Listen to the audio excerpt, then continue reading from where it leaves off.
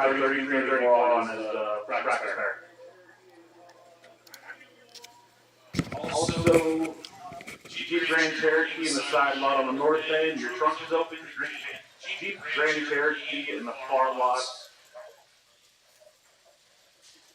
Trunk is open. Just hit the red key and go start your practice on the pedestal, please. 33-34 is open for practice if they lose. So here's your volume switch. If you ever want to look away and you want to turn it down, but it has to be all the way up.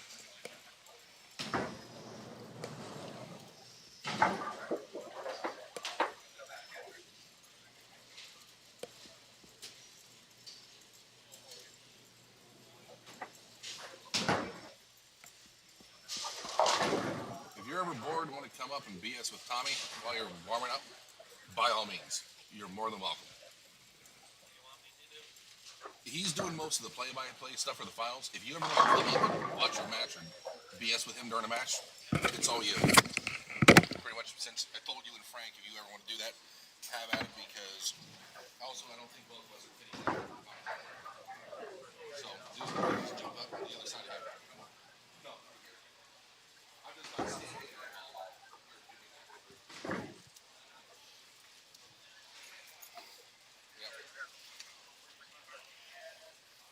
Greatly appreciated.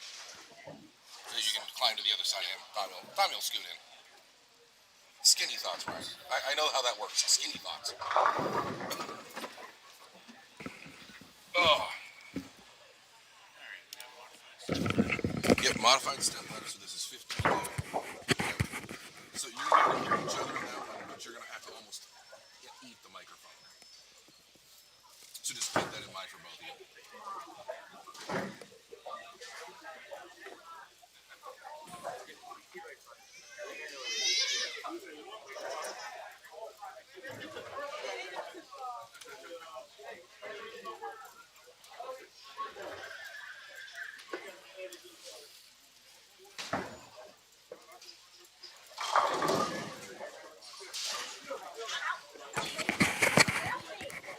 Yep. That's correct. So you got to turn your... Yep, you're good. Okay, folks, we are back up live for the finals. Let's see. Okay, we've got people joining in already. This is the point you've all been waiting for, the finals. 15 games leading up into the last bracket of match play. Or really the first bracket of match play, for that matter. I want to thank Tommy Graham for coming in and being our play-by-play voice for the finals. For the first match, or at least the first part of the first match, Ryan Liederbach, our 2-seed, is coming here to talk a little bit too. And I'm just going to turn it over to them while I get some stuff finalized over here. Please feel free to share the link. This is going to be the link for the entirety of the finals. So share the link out, comment, all of those fun things, because that gets us popular on the social medias. So we're good to go. Off to you, Tommy. All right, thanks, Scott.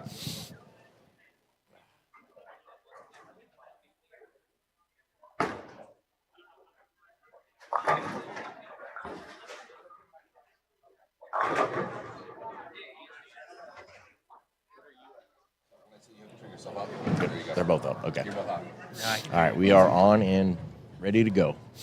All right, so first off, we have Jake Watson, Jimmy Sheff, Dave Parr, and Tyler Meredith. High game moves on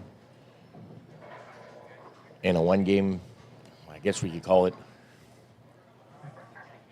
elimination format. Also have Ryan Liederbach with us. He actually has a bye. He will not bowl until the third block, I believe. Semifinals. Mm-hmm. So he is going to join us and be here for a minute.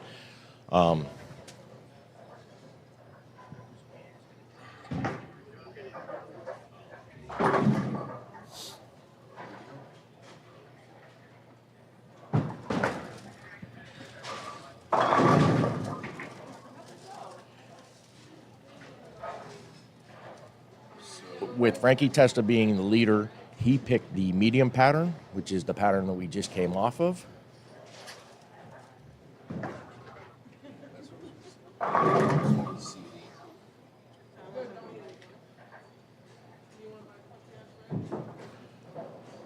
Ryan, how do you think they played today?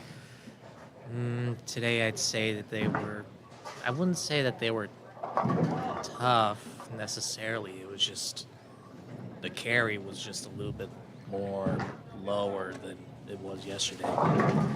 Whether it would be because of the length of the pattern or just the pins were just not in the right spots. I think ball motion was very crucial, getting the ball to go through the pins the right way Yeah. to carry. And if you missed, it put a premium on making good shots. Yeah. So they're all finished with practice. I think they're about ready to start. So that's the live spot for you. Then again, I think it's pretty smart for him to choose the medium pattern, make it, It you certainly wanna leveled win- the playing field. if you want to win, you have to earn it today. Absolutely.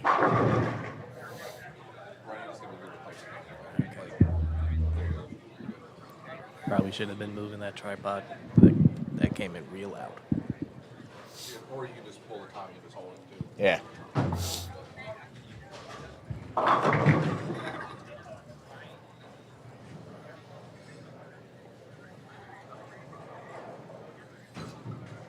As I was saying, I feel like whoever wins today will definitely earn it. Absolutely. Congratulations to the YSU women. This is the home of the YSU women. Finishing second in. Yeah.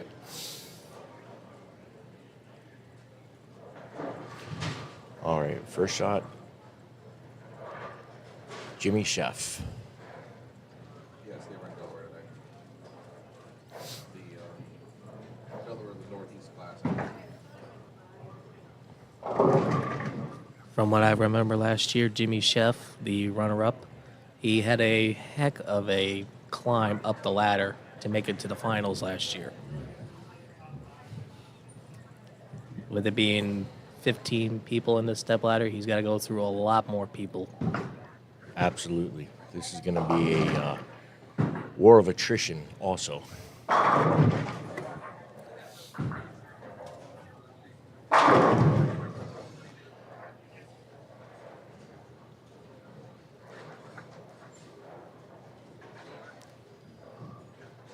Is that a 210 for Chef? 210, yes.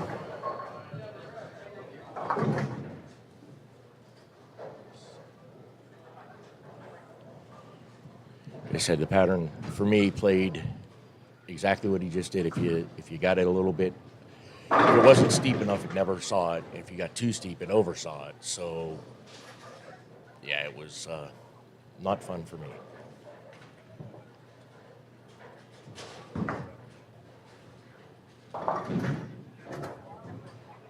Took the headpin clean off the washout for 8. Not a mark yet. This is the way they scored the entire block. Tyler Meredith, 10 back.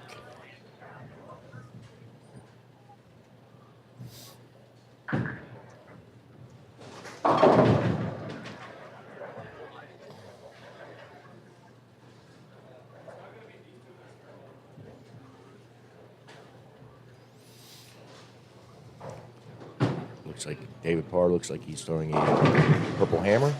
A little Black. bit of loft. A little straighter through the front part. Sawed a little quick. 3, 6, 9, 10.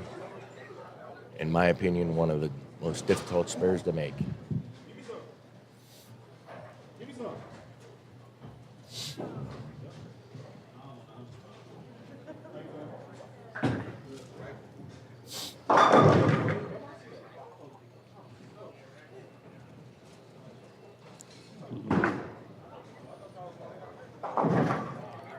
And Gets that's the why back there's you can chop that 4 different ways.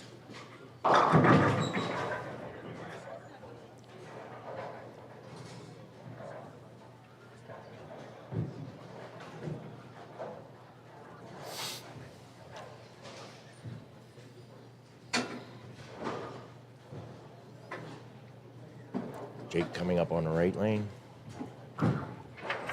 Looks like he's playing a little bit further right than everybody else is.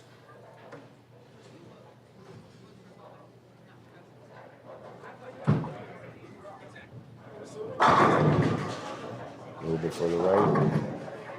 Too far out. You know, one thing with these patterns I will say is Holiday Bowl is known for friction right. And it took the Holiday Bowl out of Holiday Bowl on every pattern we bowled on. It was very difficult to get that out of your mind. Great shot there by Jimmy Chef.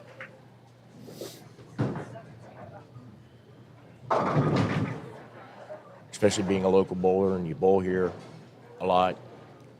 Holiday, there's always friction to the right for me. And I'm like, okay, there's going to be friction. Well, yeah, I threw it out there and that's exactly what happened. Back up ball. Oh, Just missed a 10 pin. wrap 10 right around it.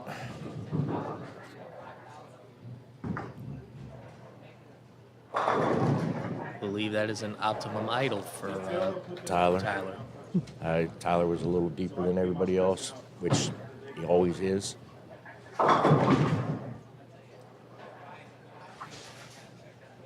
Does not surprise me. I watch him bowl every Monday night here in leagues.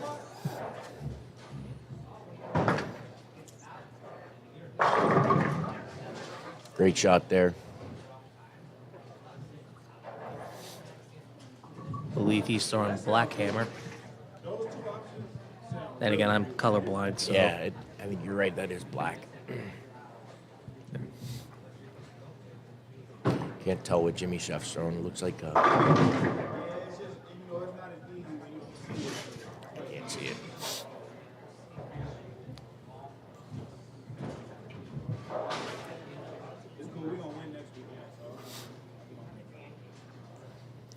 Jimmy Chef is one of the more deliberate players. He definitely takes his time. I'd say he's the hometown favorite. Yes, I would say that. Another good shot by Jimmy.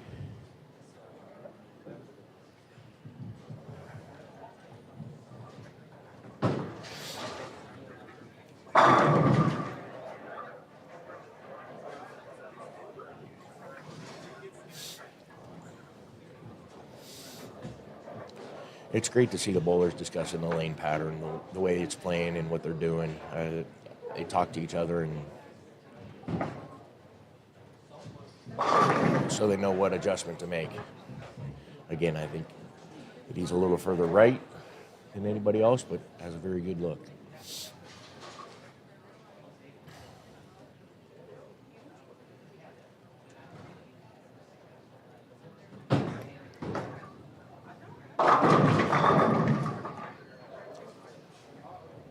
Great shot off the hand of Tyler. That was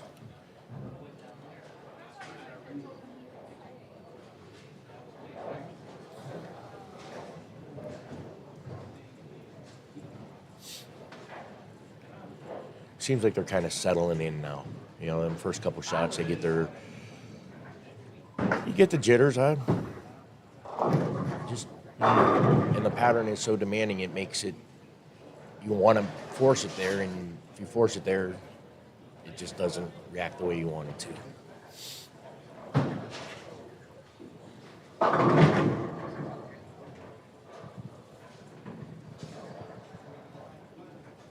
Believe he got that one in and it held in the oil. Then again, with 3 of the 4 competitors possibly throwing urethane. Yeah, we know the 2 are. Oh. Both two-handers are throwing urethane. I'm not sure what Jimmy Chef is throwing. David just missed both of them. Yeah. He must have went to the Tommy Graham School of Bowling for spares.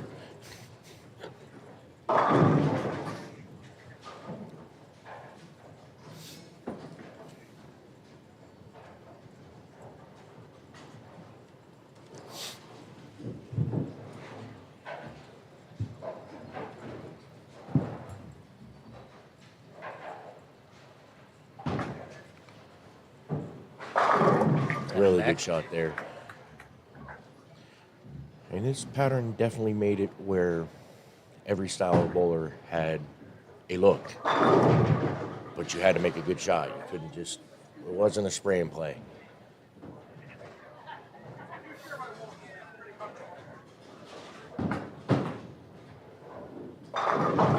Kicks the Another 10 great out. shot by Jimmy.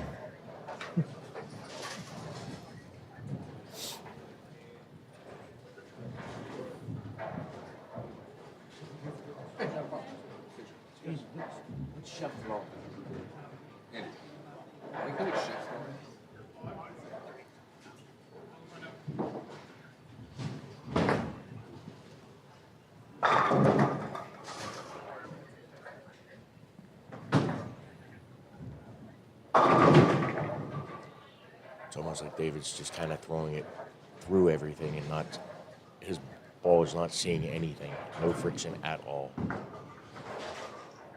2-4-10 for Tyler. I believe Tyler just got around that one a little bit. That's when you get around it, it causes it to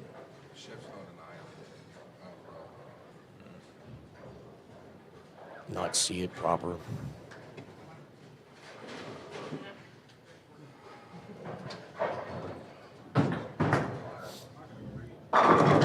Missed it right too.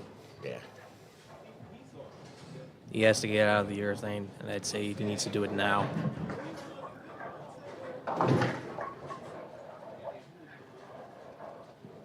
That's just my opinion. But I think David Parr needs to get into something stronger. Because Definitely obviously, something that sees the back part of the lane a little bit better.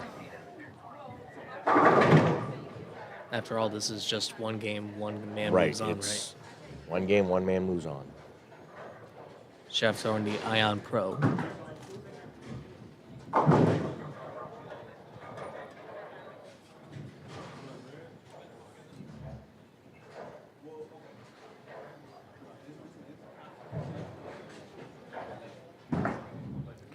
Really good shot off his hand. That was really good. That's the Jimmy Chef that the local people know. When he can do that and let it roll, he's going to be tough to beat. Like you said, he likes to climb the ladders.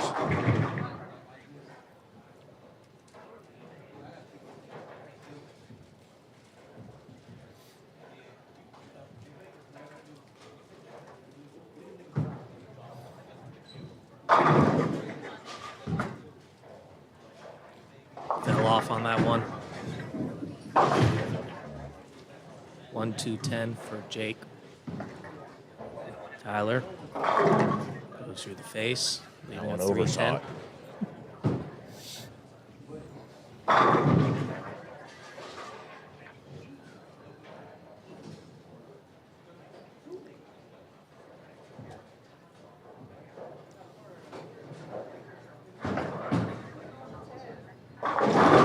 Nice spare.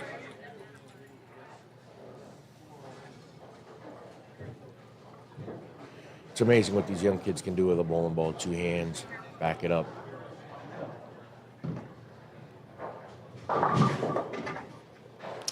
Tyler takes the 3 straight back off of that.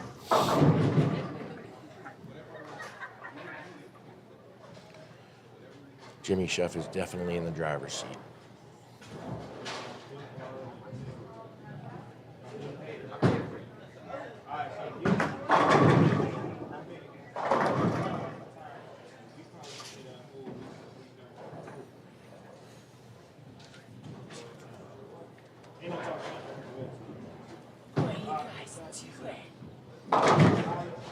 We're just talking, Terry.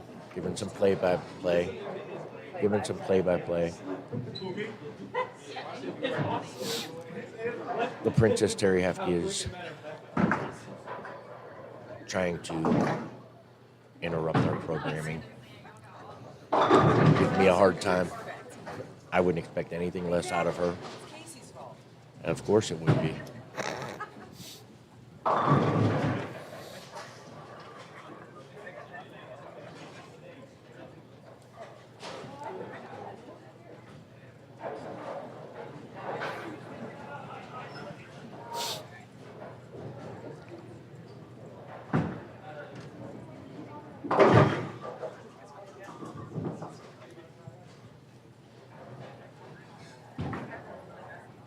it out.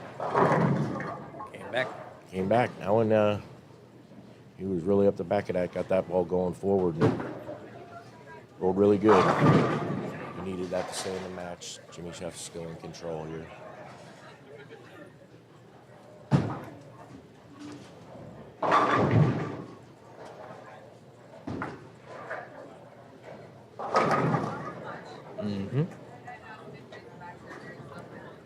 Hit him thin to win. That was a really good shot there.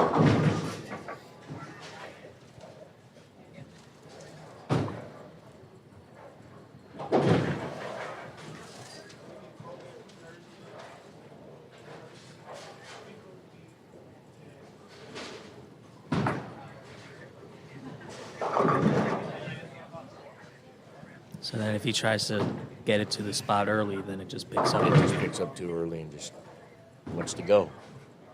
Tyler. Wraps at 10. Wrap 10. That's what seemed to happen a lot today. You would think you had something going and you miss one, and you try to force one in to the spot, and then you throw another good one and you ring 10, so couldn't put anything together. It was, Uh-oh. oh, Jeez. His body reaction looked like I thought he missed it.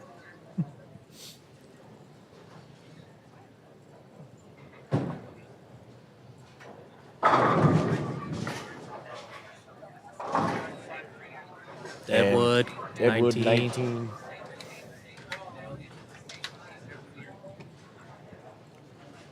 Hey, excuse me, what's that total on our B&B?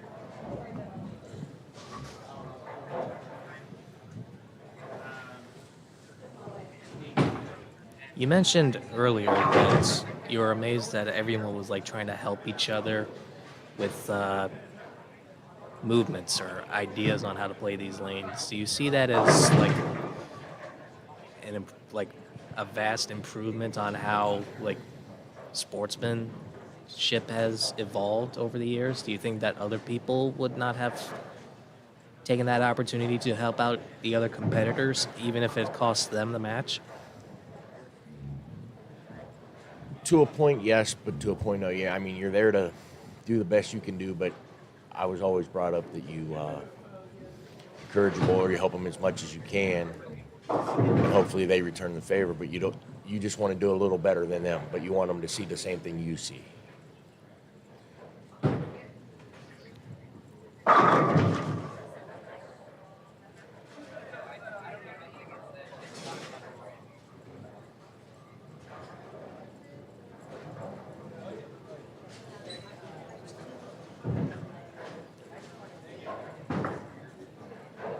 Good shot.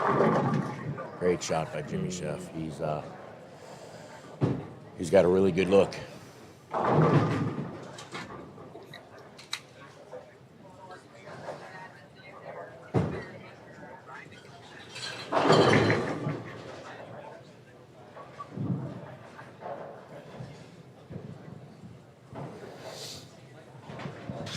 And as a mark on your comment about helping people and stuff in general, there's so many people. This was a younger field today.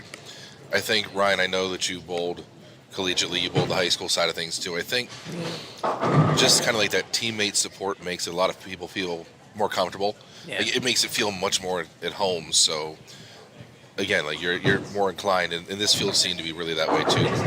More kind of congratulate a good shot, congratulate, just pick somebody up after something rough. I mean, it was just that kind of, especially my generation to yours, is kind of it's ingrained into us. Yeah. So I mean, it's just a thought on that, but no, I did notice that too. I could probably watch because I'm very old school. I like to watch old videos, old TV shows. You see, I'm young, but I still remember VHS tapes. My mom would always record like the PBAs from 2001, 2002, and I could just see people like Ricky Ward and Chris Barnes, Ryan Schaefer, and I don't know, if any one of them, gave each other high fives after every shot. Everyone was just like, take your shot and go back to your seat. Whereas nowadays, everyone's, high-fiving each other. Do you think that it's more of a generation thing? Well, it's the generation that grew up bowling a lot more action and individual stuff versus the generation. I mean, I know Burns was a Wichita guy, but it's the team game's a little bit different now than it was then. Yeah. So, and I think that's also ingrained down to the fact that the high school game is what it is. I know there's a lot of states, and I know we're one of them included, that looking to start things on the middle school side just to help feeder programs.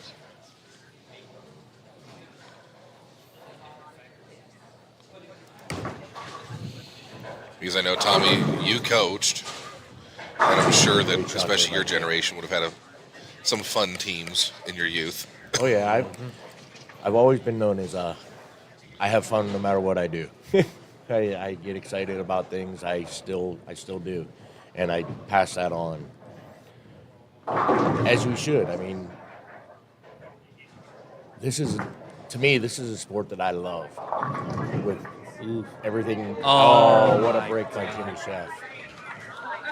That's that hometown carry. That's that hometown carry. And I just wear it on my sleeve. I just was brought up that way, and it is what it is. And I still get excited when I shoot 300. Yeah, people go, well, how many do you have? I don't know. I don't keep track. I'm not Adam Barta. I don't have a brother like Pete that keeps track of all the stats of everything I've done. But I still get excited when I shoot 300 because it's still you don't know if you're ever going to have a chance at the next one.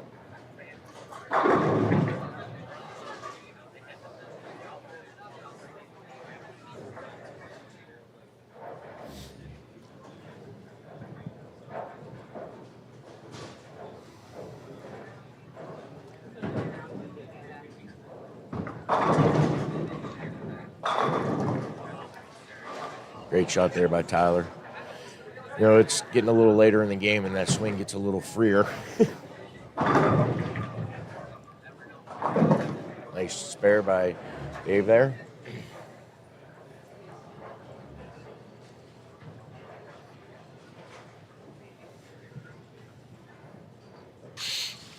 And even on the note about, like, you're talking about keeping track of things, it's like you made the comment about Pete and stuff.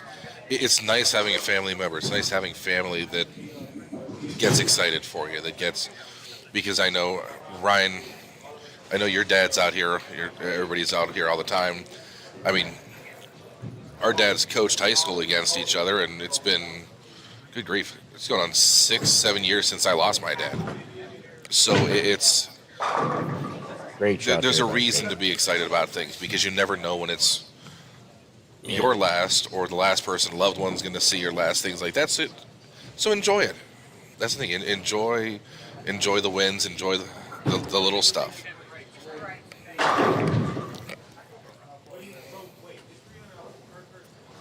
The other way I kind of look at it is, you know, at the end of the day, we're all going to have to get up here and go to work tomorrow.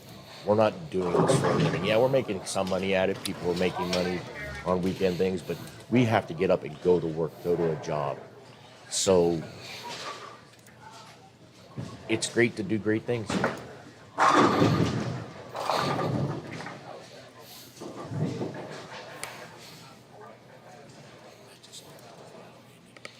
I believe so.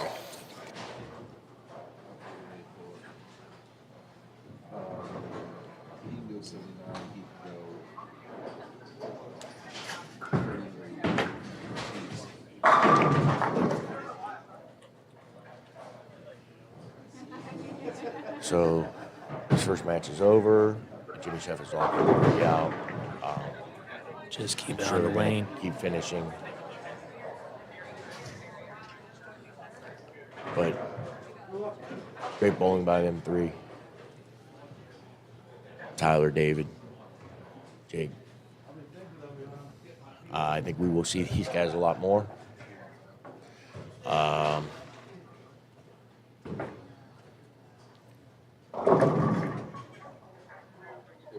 They made $325 each. That's always how you want to end a tournament.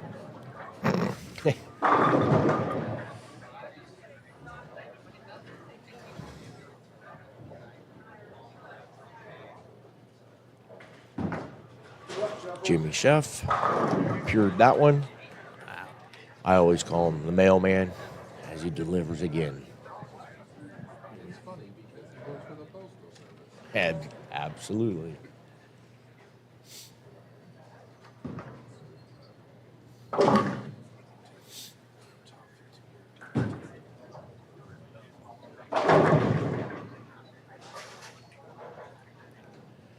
I believe the guys coming on to the next pair will get practice as well.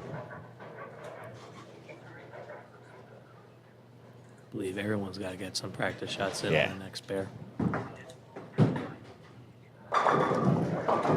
Now, will it be a 5-minute practice, or is it 2 shots on each pair? Not sure, didn't get the memo on that yet.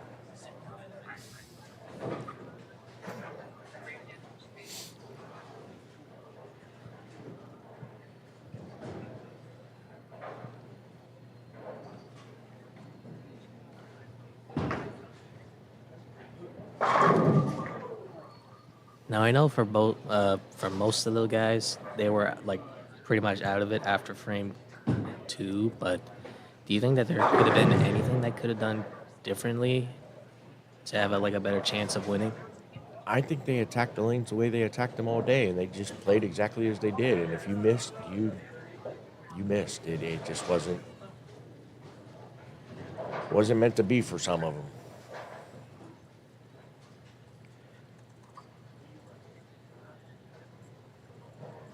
I mean, 190 to 220 is a great score on this side. Yeah. 276 276. is a fabulous score. I think that might be the high game of the day. That might be the high game of the day.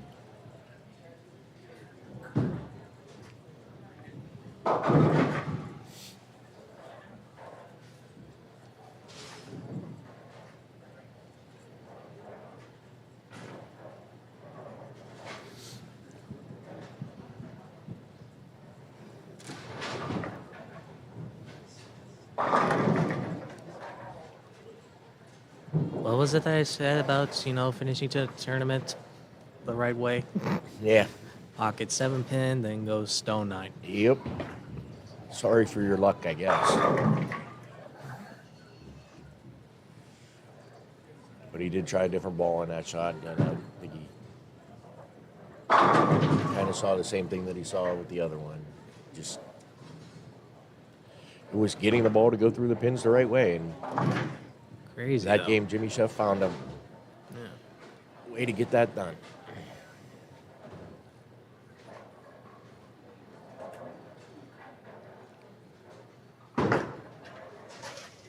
Oh, he He tried really something tried to different. open that one up and let it go, and Too far out.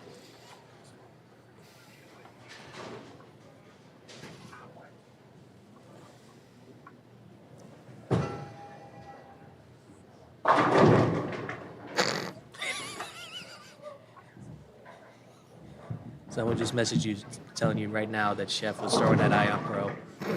Nice. Thanks for coming to the party. So this is All right, David. Chef versus Sargon Carlton Tony, correct?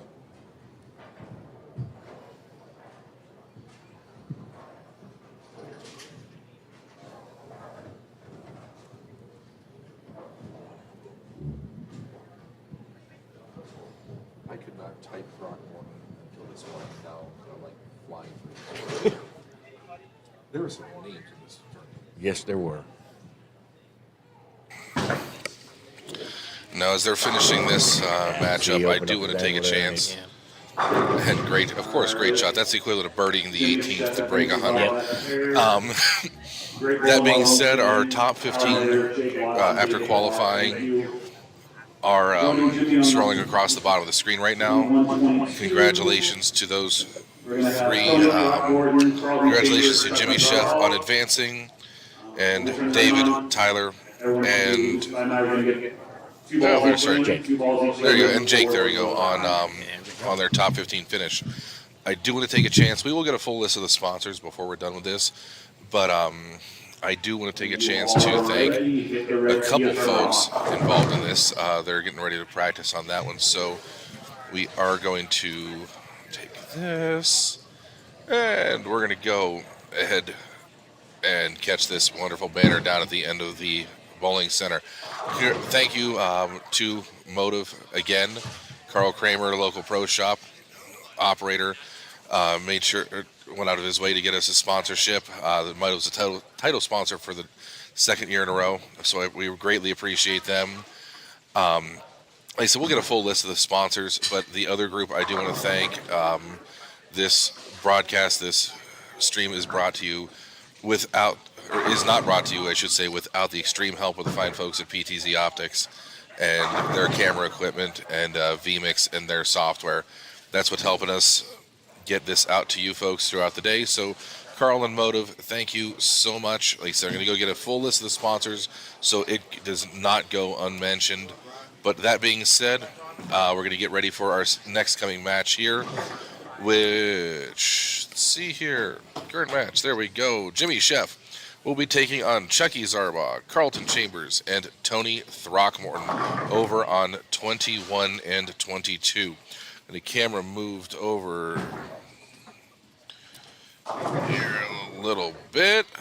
There we go. And that's the wonders of those PTZ Optics cameras, folks. 4K, pan, tilt, zoom, anything you need to do, we can get that shot for you. So anyway, thank you so much. We'll be back here in a couple minutes. Ryan, thank you. You're going to stick around for the second match? Okay, beautiful. Tommy and Ryan will be back here shortly.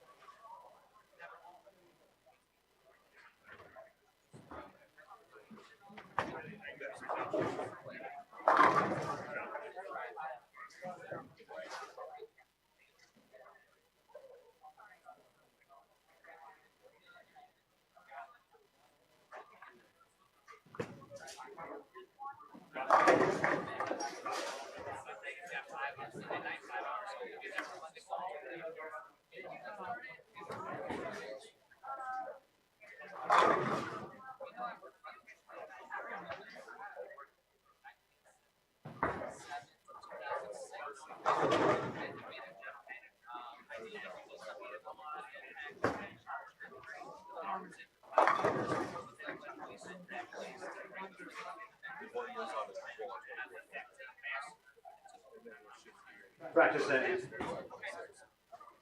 Two balls.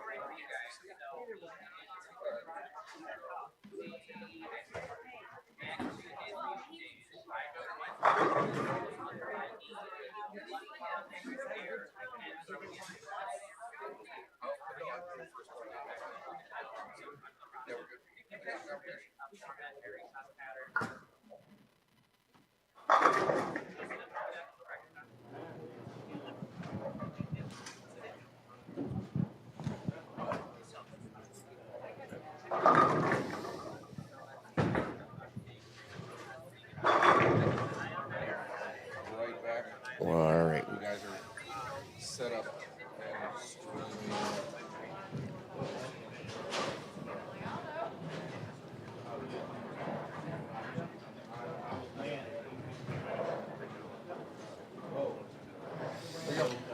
right, we're back up. The oncoming players are getting 2 balls on each lane, practice-wise. So, and now we're going back to it. Looks like it's going to be a fresh all the way through each step ladder. So, with that being said, Jimmy shooting 270 the first game. Do you think he still has the advantage, Ryan?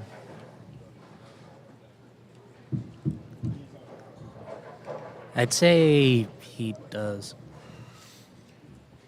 And this is Chucky Zarbaugh, Tony Throckmorton Throckmorton, and Sibo.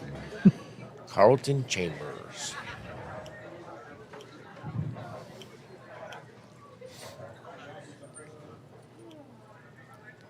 Optimum Idol Pearl, it looks like, for Chucky.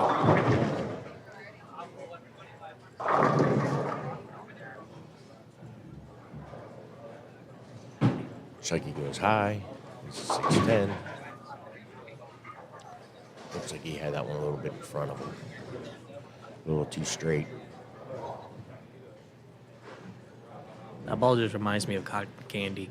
Absolutely makes me hungry.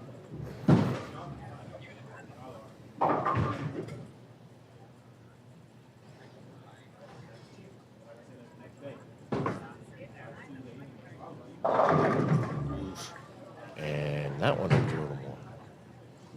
So maybe in pairs is going to be a little more difficult than we thought. And again, Nice it's only delivery. 2 shots on each lane for these competitors from here on out, so no more 5 minutes of practice. Right, so they can't get that push down the lane that they want to create to give them a little bit of hold. And, They're going to be blowing on re-oiled lanes the whole way through now. Only get 2 shots on each lane. And unless you're a right-hander throwing urethane to start just those 2 shots, you're not really going to find much hold now. You're probably going to need something like stuff with surface. Jimmy Chef takes only to 6'10". first lefty we see today looked like a Pink Widow urethane. Pink Widow urethane. It looked to be about 500.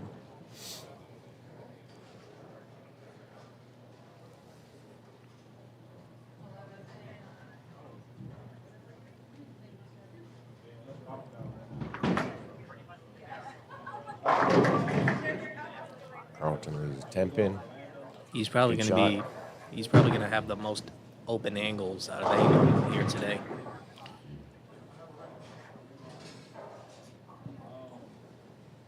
Between that and Frank Testa, these are probably going to be the 2 right-handers who are going to be more open. I would agree with that, Ryan.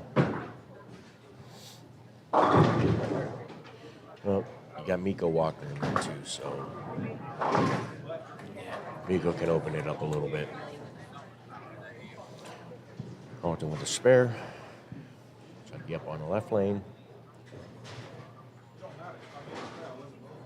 Chucky on the right lane, Jimmy up on the left lane.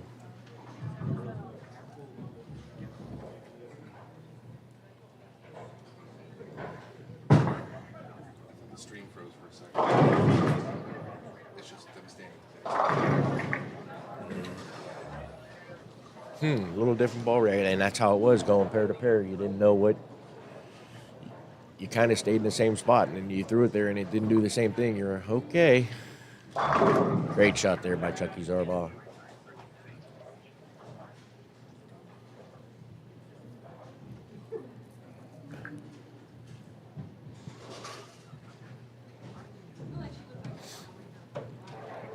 I don't think anyone on the right side has thrown urethane in this match. No, I believe you are right. Chucky's throwing the Optimum Idol Pearl. Shimmy's still throwing that Ion Pro. And then Carlton, I can't tell what he's throwing. Can't tell what Carlton's throwing either. From my Looks guess, like- he could be throwing that Vaporize. Oh, And then Throckmorton trips the 6-pin. welcome to the left. Yeah.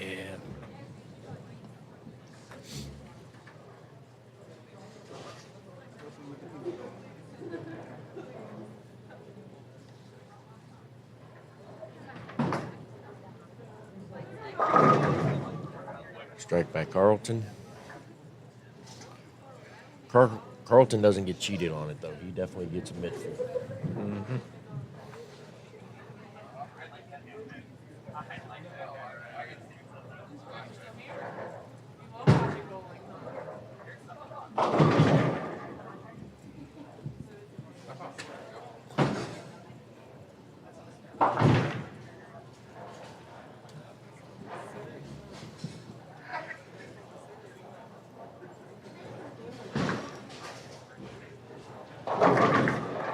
There we go. Got that one to open up a little bit more. Yes, much better shot by Jimmy there. Uh-oh. Chucky kept that one in front of him kind of too straight. He's telling himself, got to get it to the right, got to get it to the right. That one was very straight off his hand.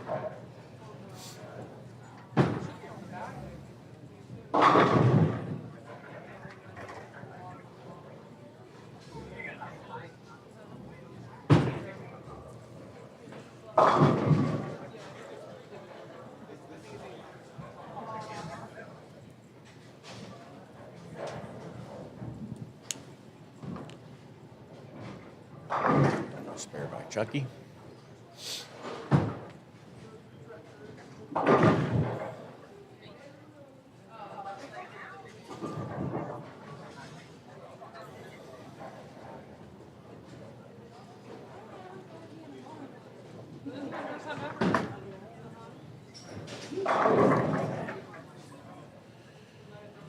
Any hands? I don't see any hands up. Yeah, he cut that one a little short, and that's what happens when you cut it short on this pattern.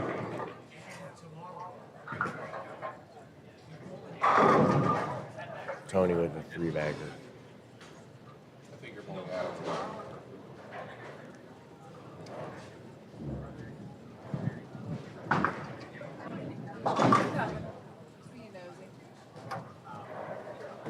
And what is the official stream versus the unofficial stream?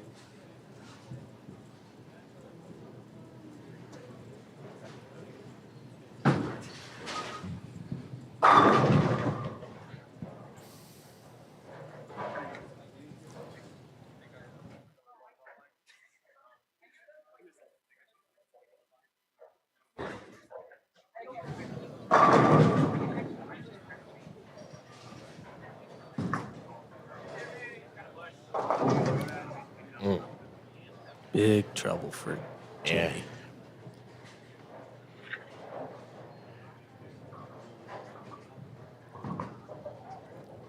Chucky. Good shot by Chucky. 10 back. You watch Chucky bowl and he's like he wants to attack the foul line. Prances to it and bam. It's outside. Line is fine. It's great.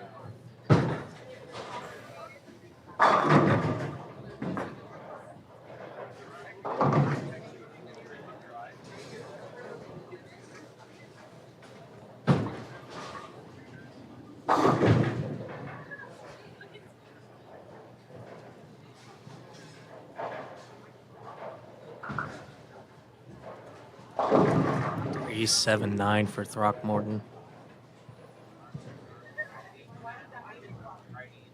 Probably didn't get enough on that one. Yeah, and that's the thing. If you miss by a hair, you're paying, and that's a scorpion sting. Yeah, Yeah, Scorpion Strike. hair strike. And he goes Brooklyn. Figured Tony didn't use that side, so he would. Just try and get 2. Yep.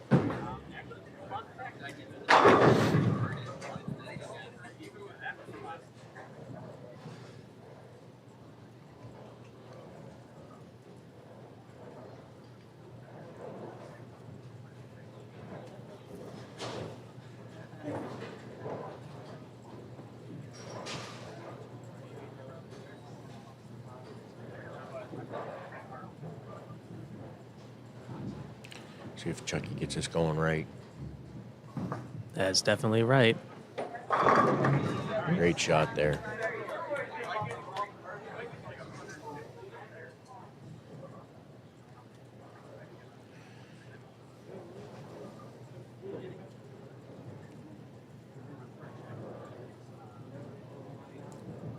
Jimmy's got to get something started, and he's got to get it started now.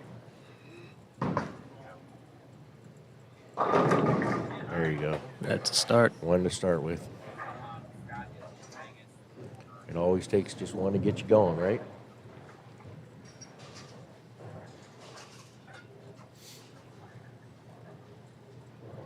Tony on the left lane. He liked that one as soon as he threw it. That was really good.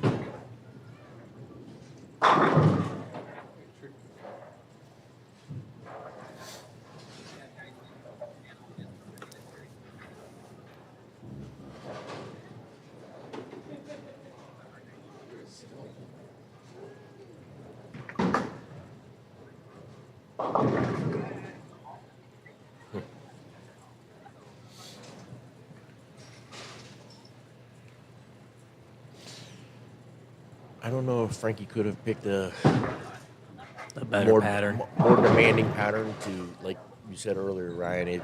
You're gonna earn your win. You're gonna earn the win today. It's a very demanding pattern. Sibo still working with a Dutch 200, so he doesn't lose count.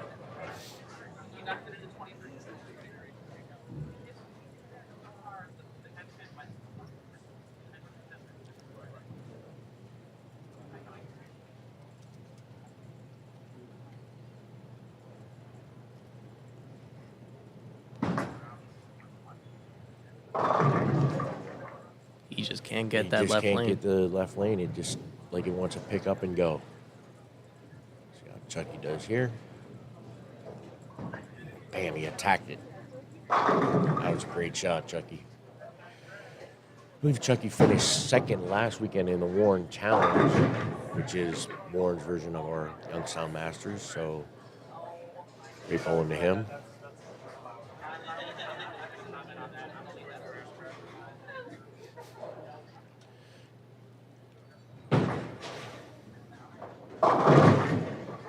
Spare by Jimmy.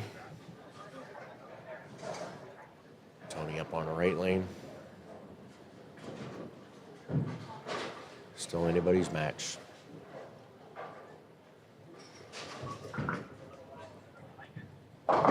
Same thing again on that right Threw lane. that through it too. I had that right lane a little bit snugger. From my experience being on the left side, I think he's going to see that that right lane is starting to get tighter. Because there is some friction out there left, but I think there's just not enough.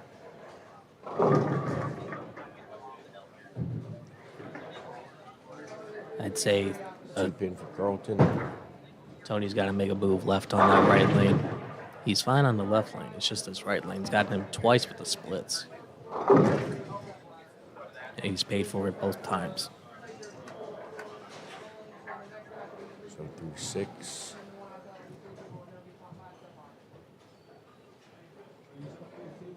Looks like Chucky's in control of the match. Carlton's still clean though. Still anybody's match out there.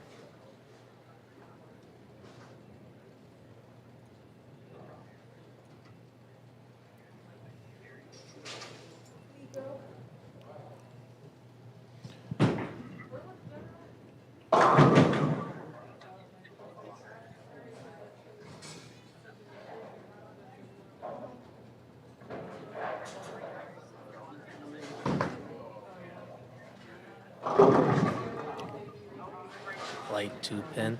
Late 2, got the 10 to go out. Late.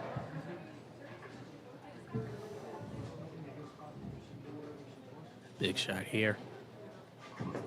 Big shot from Chucky. Oh, just broke gets it the up 6 though. out.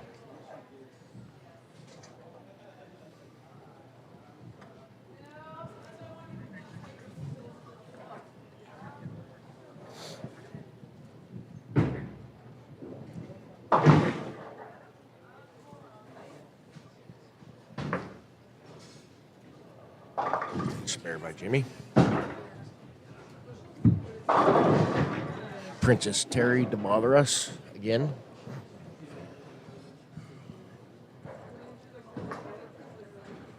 I got a giant pole in front of me. Yeah. It gets better for the finals, guys. Thank goodness. Tough angle right now with this pair, but doing the best we can.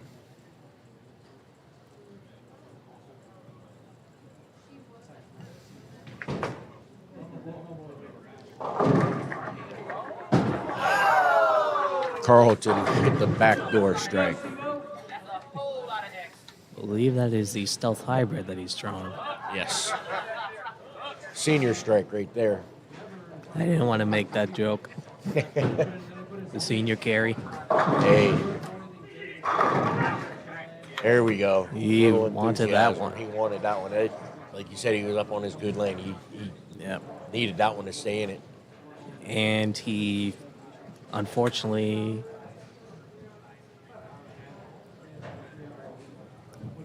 is still not going to be able to finish on the good lane. He's got to finish on the bad lane.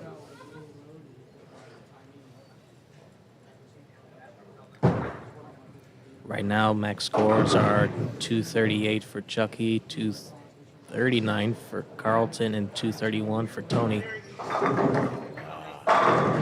2 straight, 2 in front of him. He knew it as soon as he threw it. Sorry, my bad. It was 248 going into that frame for Chucky. Now he can max score 236. Jimmy Chef can still strike out for 203. Needs a lot of help.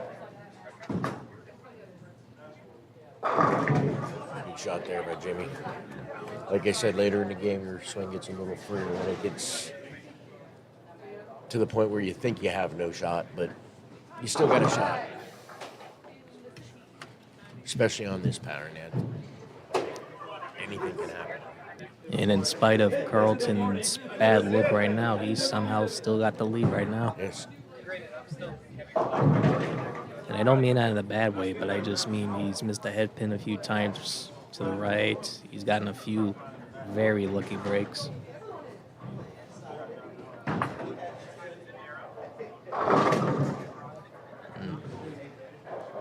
Yeah, he's actually having horrible ball reaction, and he's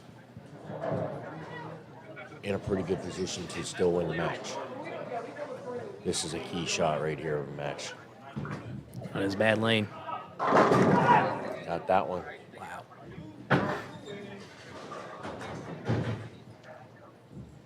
Still has to finish on that lane.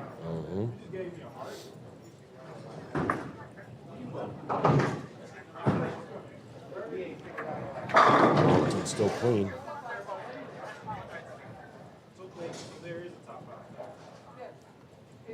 One shot could change everything for either men. Hey. Absolutely.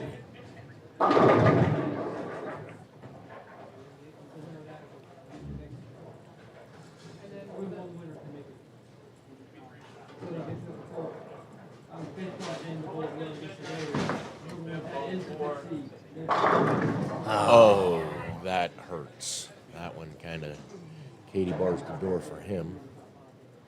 Anything that knocks out Jimmy. Yeah. Chucky. Chucky Needed needed that that. one. That was good. Big shot there from Chucky. Still 236 max. 36 max for him. 231 for Tony. So right now that puts Chucky back in the lead now.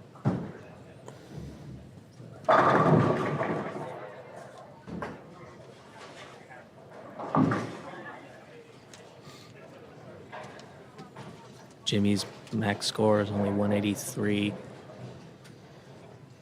Chucky's already at the 186, so Jimmy has mathematically been eliminated.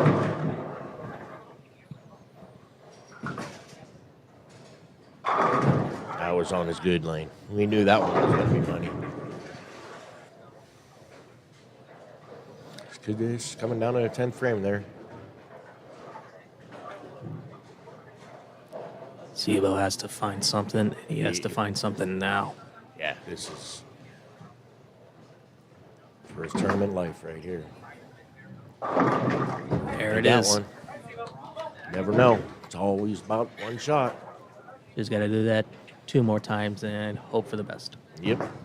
He needs some help, but he's gave himself a chance. Chucky needs a double and 6 for the win. Double 6 locks everybody out. I think this is a huge benefit for Chucky to go first. Absolutely. Jimmy just getting out of the way from the looks of it. Yeah. Because now everyone Great has to sportsmanship wait. there by Jimmy, giving and Tony. That was what we like to see in our sport.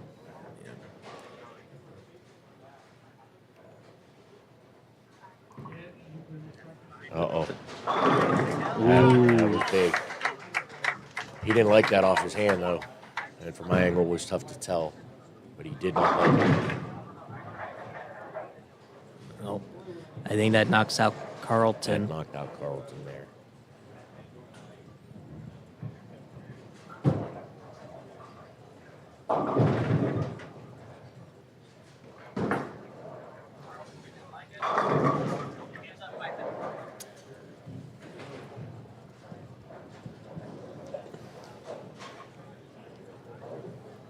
Carlton tried to get all over that one and kind of cut it short. And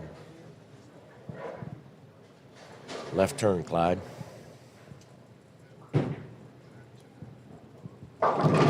Big shot right here for Chucky. Essentially for the win. Yeah. Great shot by Chucky. Just Now he needs needs 6. 6. Sometimes 6 is not real easy on this.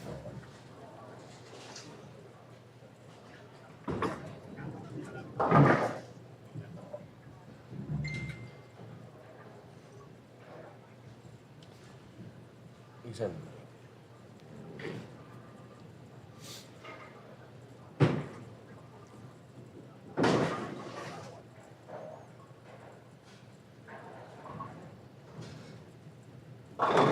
That's enough And for he the gets win. 10. That's enough for the win. Chucky Zarbaugh moving on to face Kevin Orvitz, Newton McClellan, and Nico Walker.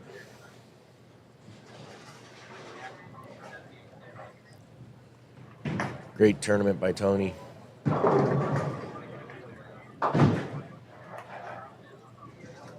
Sebo See if he finishes with a 2-pin. See if he for figures out 198. this right lane anyway.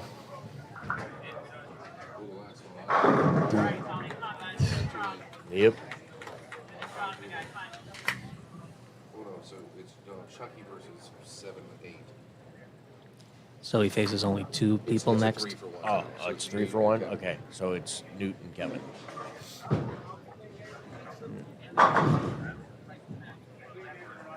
Well, we won't get to see another left-hander again for a few more matches. Yeah. Then we'll have another lefty that's sitting right next to me. He'll get in there. But do you have a game plan? Well, I went minus 25 this block. And I thought I kind of did not have the best look. Even though I kind of threw it good, it was just my pins were just not falling the right way. Are you going to make any changes to that moving forward going into... I tried 4 different bowling balls during the block, and just none of them just could get me past 210. So I can only hope and pray that, I can find like just a good enough look just to win by 1. I'm not looking for, 300s or anything like that. I'm just looking to win by 1. Absolutely.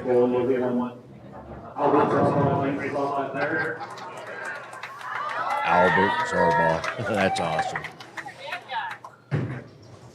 Great bowling, Tony Carl Chambers, Jimmy Scott, great bowling while weekend, guys. Thank you. Chucky moves on to 23-24. He's bowling Newton McClellan, Kevin Orvitz.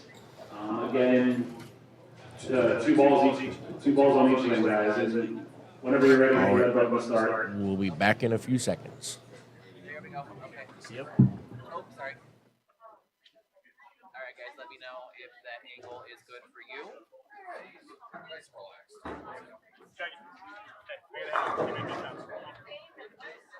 Nice game, Albert.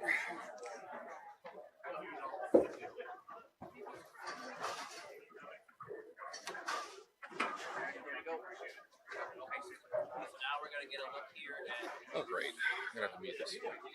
Kevin Horvath, Duke McClellan, and Nico Walker. So Cleveland people, where are you? We got two of our own coming in. Two of our own coming in hot heavy.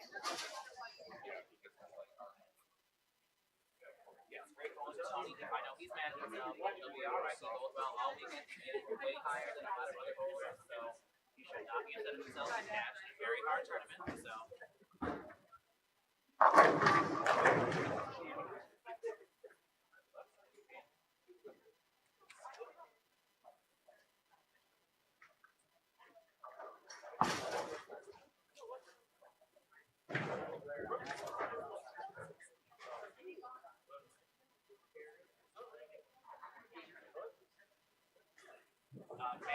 Matt, can you tag him in the comments, please? Where's Nico? Only three? We're doing three? Oh, okay. We're only doing three balls. I apologize.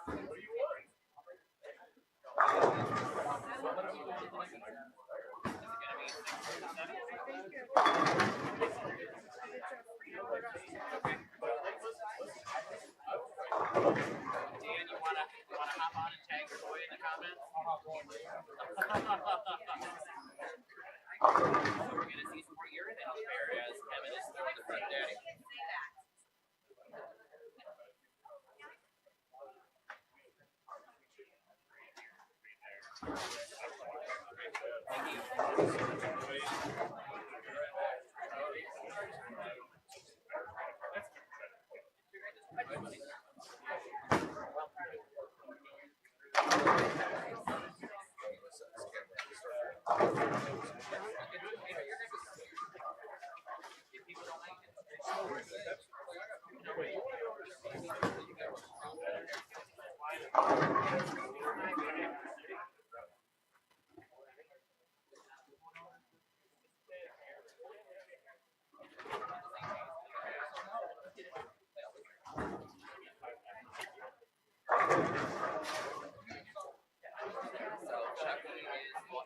Chucky is already tagged. Kevin Horvath is tagged.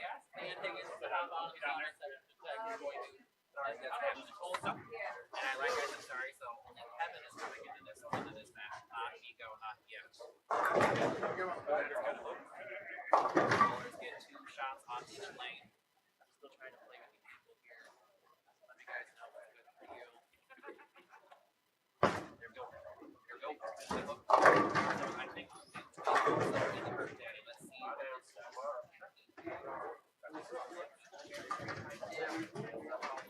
Right. Very exciting.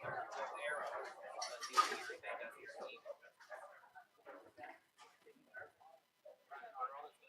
Now lane on the spot, but Kevin trying a pearl there.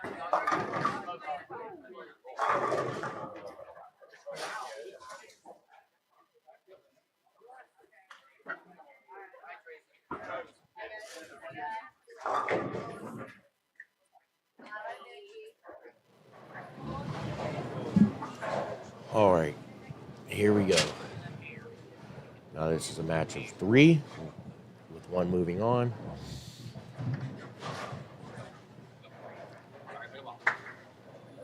Chucky, Kevin, and Newt.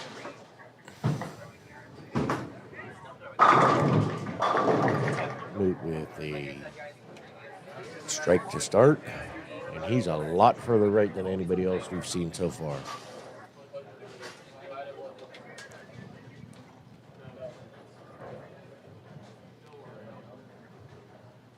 I believe that is purple. Yes, that is the purple hammer.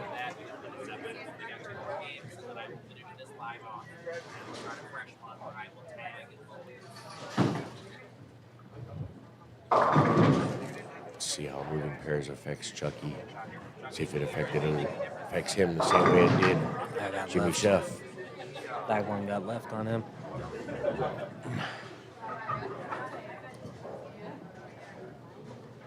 See if Kevin See, sticks with purple as well, because I know he was trying to throw it in practice.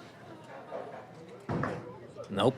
No, Going that- reactive. and he starts with the strike. From what I know of him, I think that could be the Obsession Tour.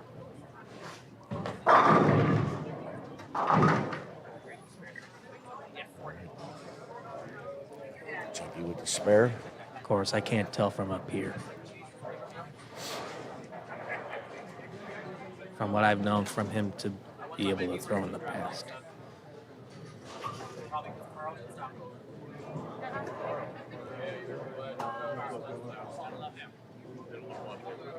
I will choose to watch Kevin more available any day of the week. And is this your Newt with 10 back. That was a great shot there.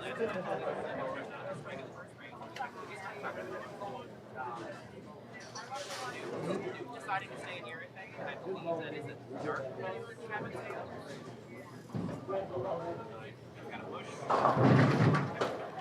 Chucky goes high. Leaving the 6, 7, 10. And again, changing pairs has definitely not helped the winner that has moved on. It's saw it in the first one with Chef. Oh, that one looked too clean to be a tour. But he got that one out wide and didn't think about coming back.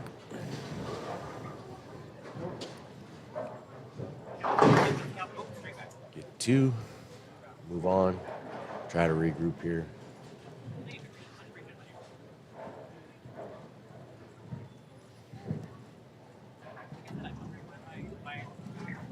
Everyone was watching the feed going in and out, but my viewers kind of dropped there for a second. But you guys know my feed. Kevin with the spare. Like I said, Yes.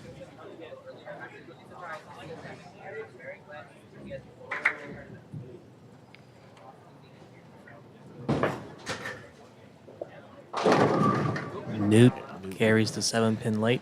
Light shaker.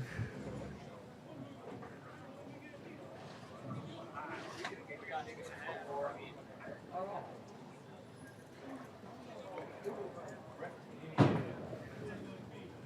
right, let's see if Chucky makes a move or maybe just throws it a little better.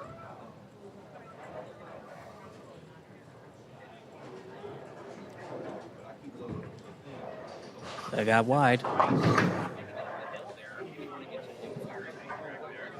think I see what the strategy is for me going into this.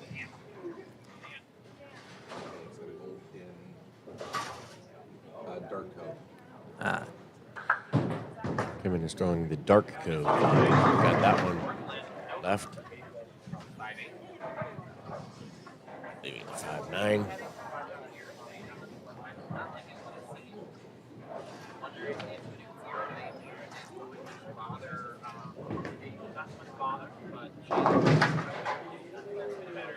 Chucky with a chop of washout.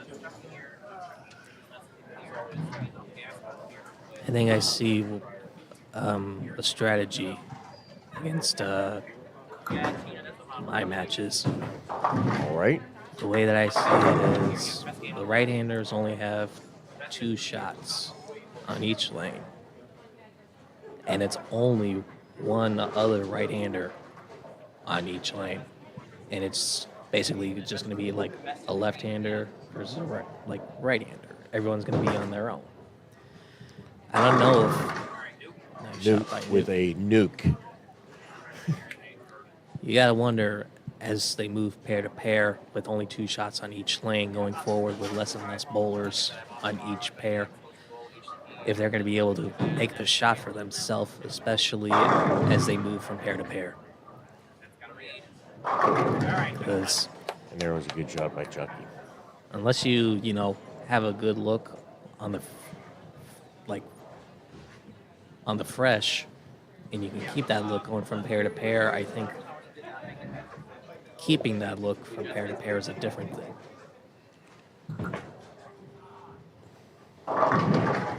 Didn't like that off his hand. Baby split.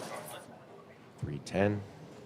Up on the left hand for a 5-bagger.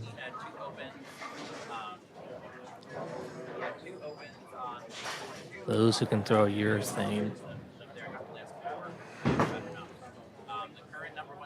are going to have a much better look than those with reactive right now. His look looks pretty good right now.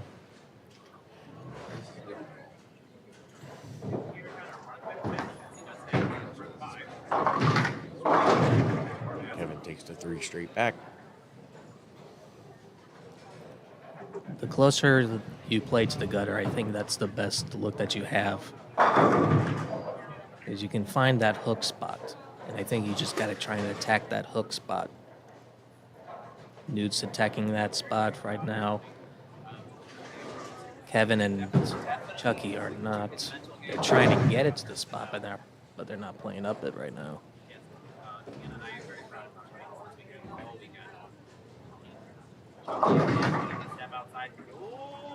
Wow!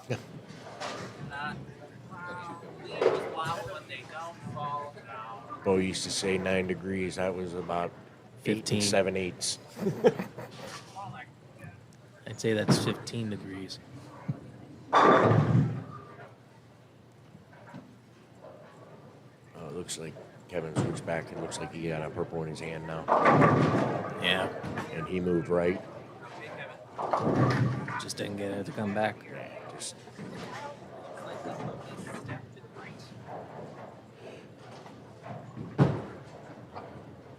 the hook spot is definitely very definitive, but you have to get it there at the right angle or Can't get it there early, you can't get it late, you got to get it there right in the middle. Hey, Mr. Zarbon, thanks for tuning in for us. And then, of course, there's always a comedian in every crowd. Look at that face. One Tyler Meredith, the one and only. the one and only.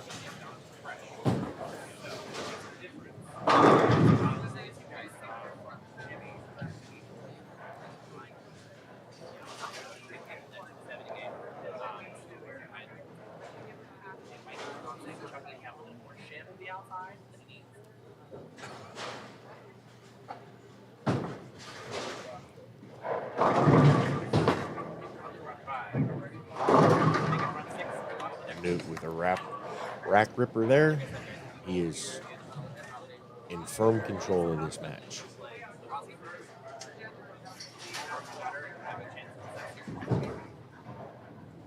Oh, okay, that one falls. And Can't trip. Chucky Can't trip 2, but we're gonna trip 9. trips out the 9.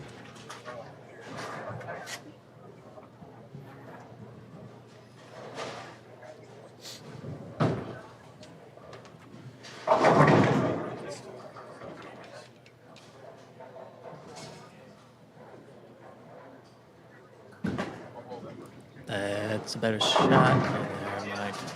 Lucky just the first 7. Hey, Mark. Jimmy Chef came out of the first match, shot 276. 276. That was his one win, and then Chucky came out of the next one into this one here. So, yep. Front 7 for Newt. I mean, I hate to say it, but thanks for coming, guys. Absolutely.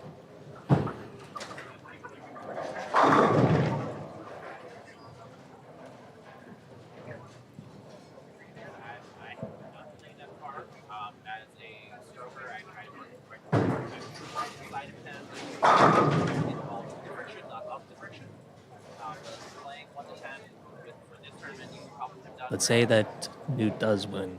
Going from this pair to the next pair, you got to think about, the difference between pairs going forward. Like, he's got to look on this pair, but will he have the same Right, look on the it's next like- pair? Same thing happened with Jimmy and Chucky. Now they had, as they move pairs, they have not had the same look. But Newt's throwing urethane they were both throwing reactors. So does his look stay the same with urethane?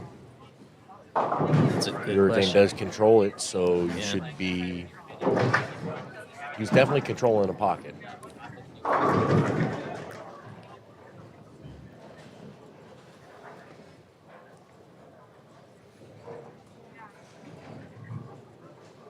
Then going forward with everyone else, I don't think there's another right-hander with the possibility of maybe Joe that is throwing urethane. Yeah, I don't see. Who cares? Slaps the 10 out late, but in firm control of the match.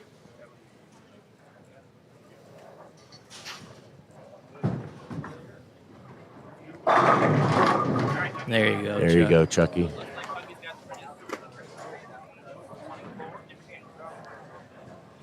Max score for Chucky 204. Kevin, max score of 213.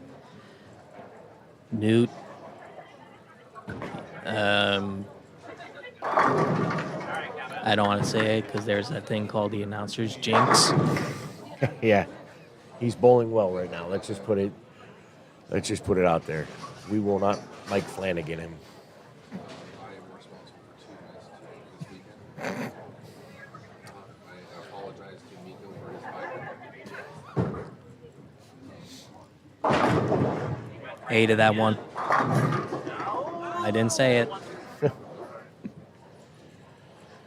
there's where that urethane push may have come down now that Kevin was switching to urethane. Right. But like you said, moving on, he's the one moving on, and I don't see anybody else in the field throwing urethane. 1, 5, 7, 8. What a lead. Well, Newt's moving on. Newt is going to move on, absolutely. Great tournament by Kevin.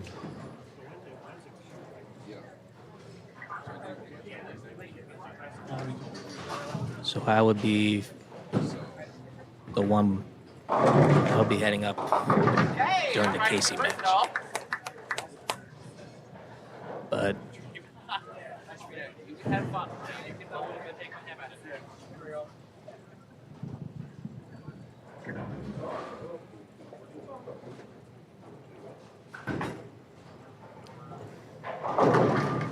those who can use the urethane to create a shot for themselves, I think, will have a better look on this pattern.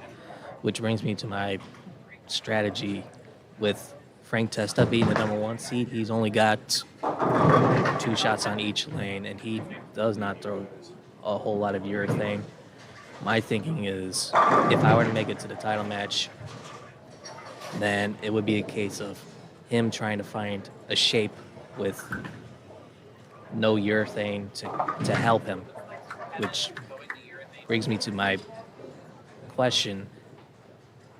Was his look today based off of him throwing the right ball and having the right reaction with himself, or was it by happening to bowl with and following a bunch of other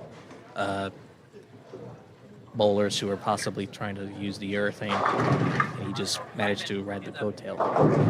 I bowled with Frankie all day today, and Frankie threw the ball phenomenal all day. He never went away from his game plan. He had a game plan. He was in.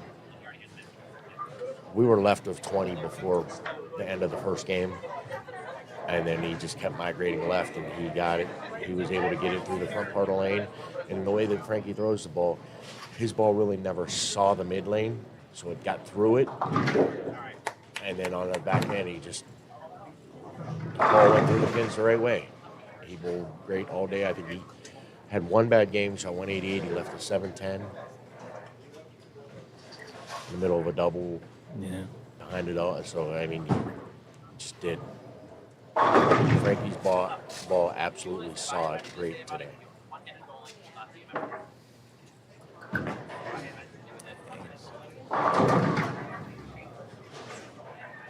So this match is over.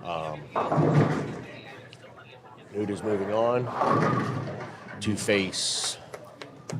It would be against Miko and Trent.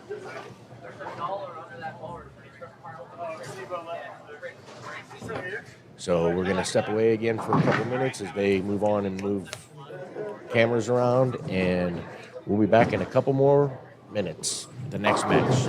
Thank you.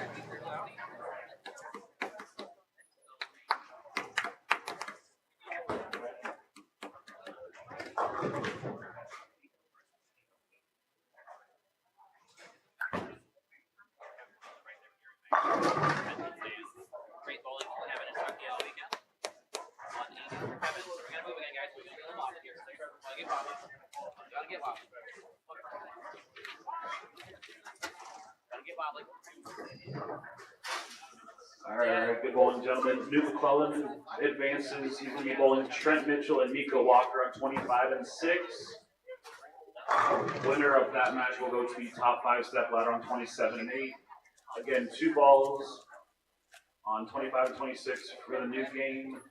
Whenever you are ready to go, please just hit the red buttons to get that going.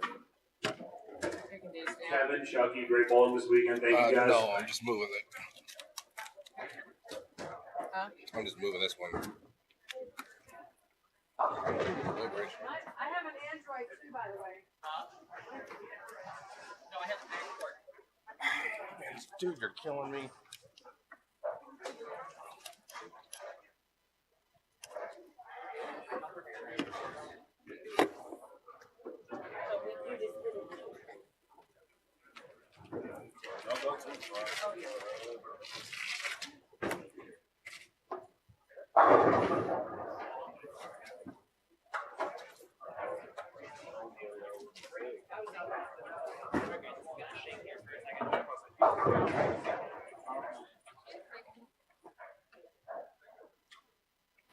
So you're good right where you were.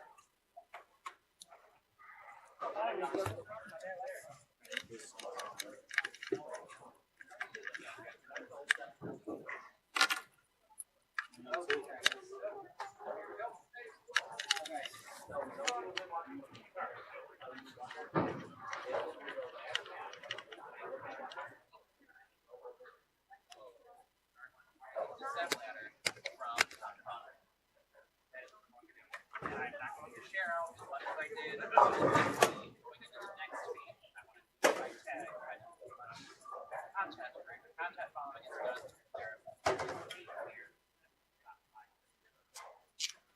So, thank you to Ryan, Ron, and Linda for getting their battery pack as mine decided to take a giant poop and not work. And like I said, guys, the YouTube feed is going. The link is in the Youngstown Masters page. I have shared it again. Thank you guys for being here for that. Oh,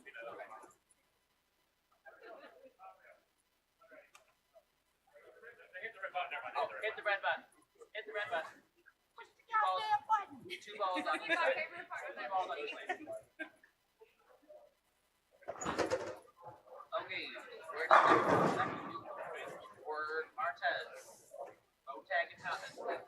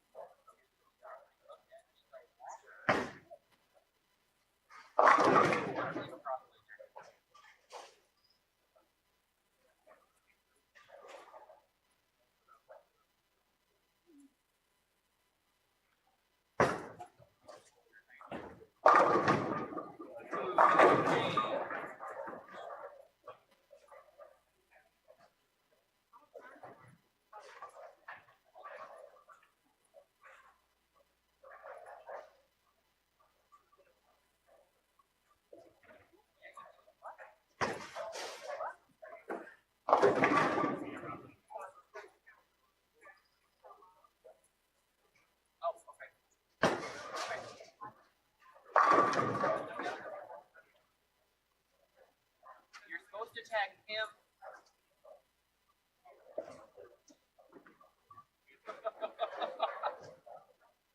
I thank you for tagging all the people for tagging. Make sure you tag your brother. He's the one bowling.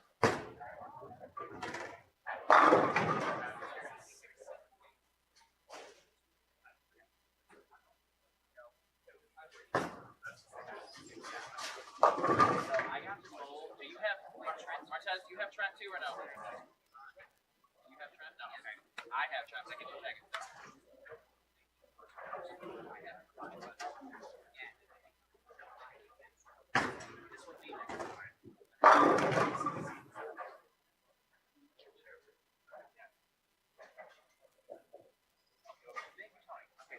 anyways, what I was saying is I hold next to Trent pretty much all weekend, and I love Trent, but that's my problem. Going into game one, game two, he just jumped over one, and you guys can see last year.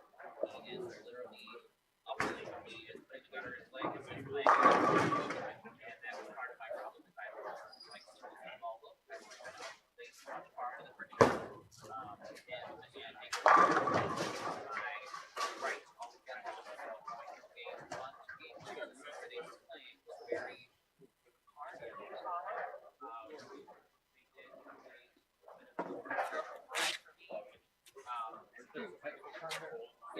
Gotcha. How old is this? Those two really forced my break points in time.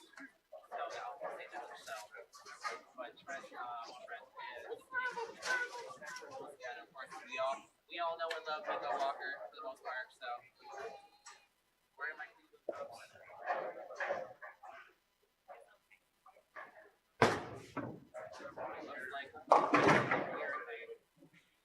it looks like Trent is in the physics blackout.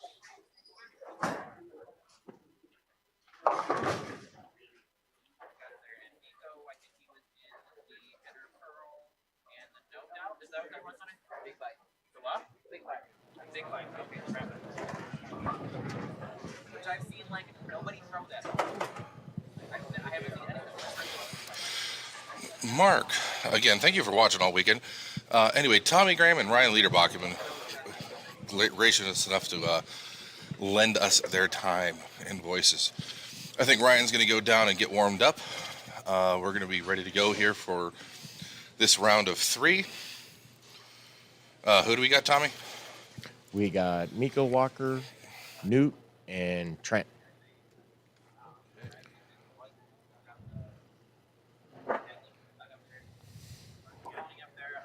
Now, in the previous 2 matches, we've seen that the person that was moving on didn't have a very good look moving to the fresher pair. I had the pleasure of crossing today with Miko, and Miko had a pretty good look at times, and at times it wasn't so good. And he needs a 9-pin to start.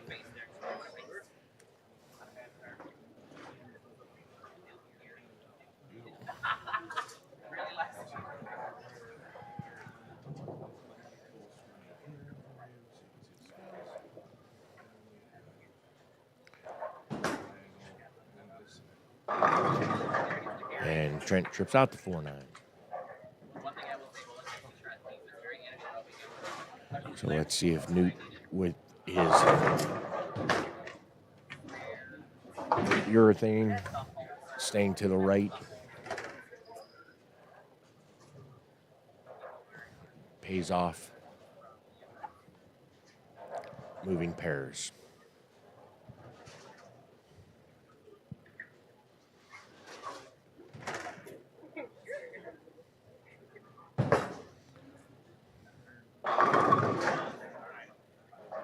Ten back. That was a great shot.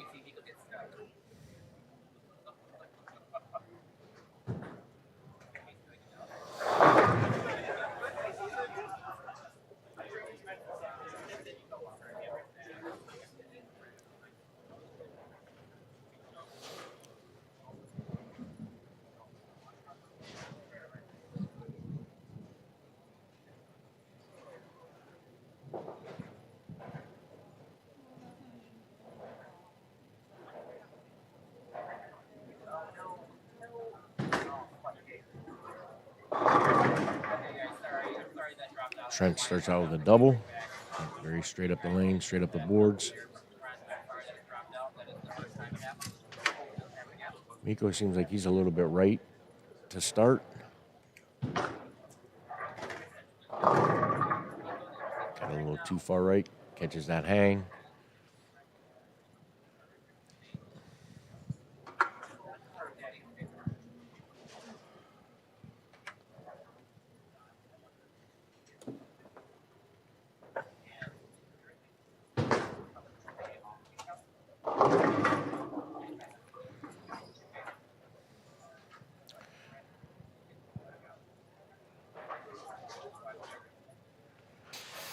I think Newt missed a little bit right on that.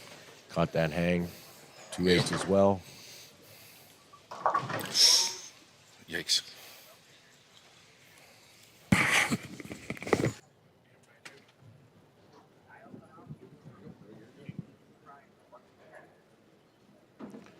Miko takes the 2 off.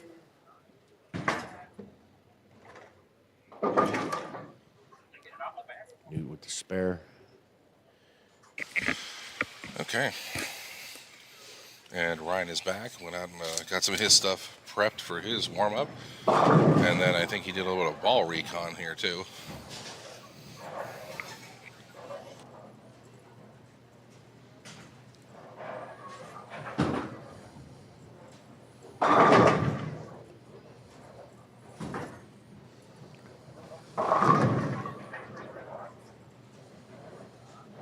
Trent leaves a 3-6-10.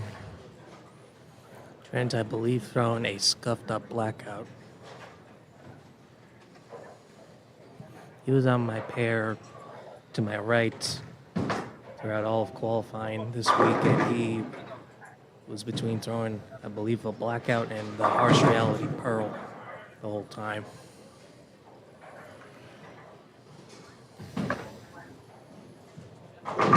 And he missed it left.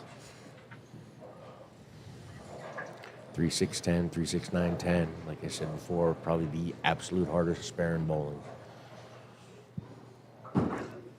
In my opinion. Miko, the spare. Miko just doesn't look comfortable. I didn't understand the format, so I didn't realize that the finals were all just going to be on one pair the whole time. So now my strategy has changed up a little bit. I got to think now about, who out of here is going to make it. Makes probably like the biggest difference, because if essentially it just comes down to Newt, and I say that with no disrespect to the other two, but I think if Newt makes it to the TV pair, then I believe that he and his urethane are going to dictate what the rest of the field does on the right side, because they all have to follow Newt. I would agree with that. They're going to have to follow him and his urethane push, which may or may hurt the other righties, depending on how they use the hold.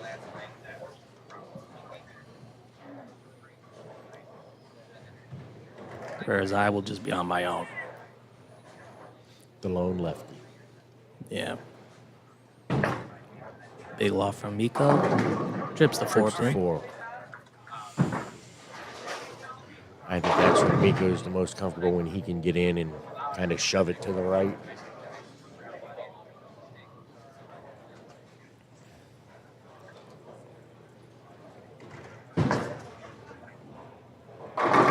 Solid 9 for Newt. Solid.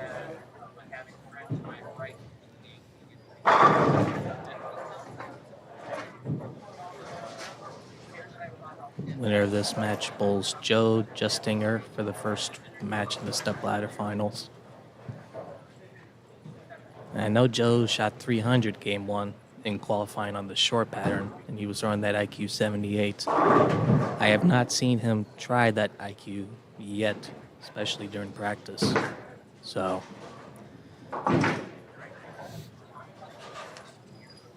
Newt cleans up his spare.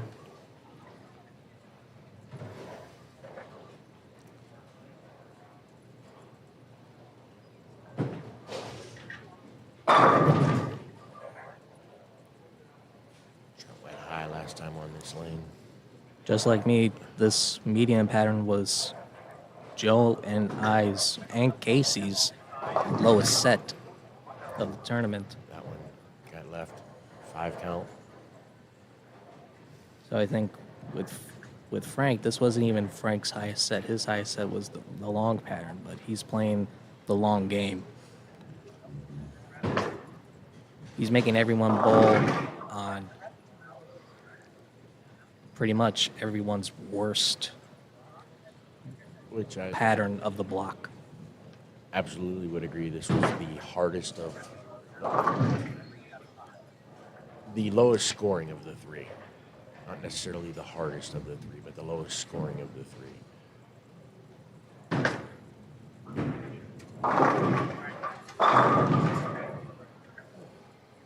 Miko cleans the spare up. Newt up on the left lane.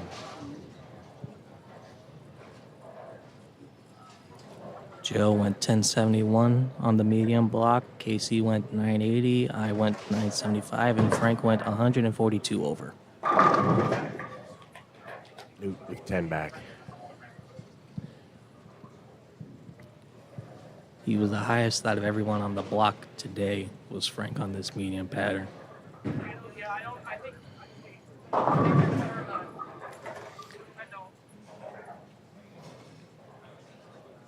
It's just now Frank has to watch how everyone else is playing the lanes now. See how he needs to attack everyone's path. Whether he stays on top of it or tries to get away from it all. 7-10. Yikes. So Tommy I was here watching on the stream all the entire time. I really didn't get a chance to really watch. How are the right-handers fighting this now compared to where they maybe did in game one and warm-ups to start the day on this pattern?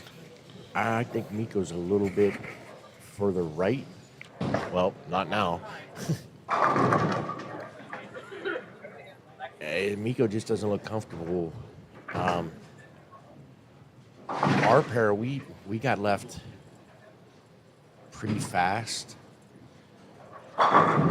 It's because it's what dictated to us, because we had a few higher rev players that got the ball going left awful fast. If you set it short, it hooked. So, and the straighter I went, the worse it was. So I have never been known to be very energetic, especially on the vocals.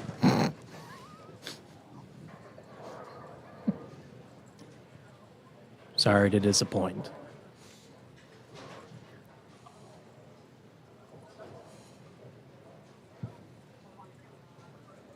Plus, I don't want to. oh, Everyone on my league would have a survey at this point. survey says 0. Most You know of them the would have rest. said you were a deaf mute at this point in time. See, a lot of people, just from bowling a short amount of time with you, I would have voted deaf mute. But hey, teach them. We have our own version of Jim Nance and whatnot. So, I mean, the Masters are here in a couple months. So, we're just practicing the outside voices, outside places. outside golf voices. Golf clap. Still, on a strike, so no lost count No for lost Newt. count. That's left. Yikes. That's a bad for him. Natural tendency. When you send one, the next one you tug. With that being So said, again, despite how uncomfortable Miko looks right now, he is currently in the lead. yes. Like,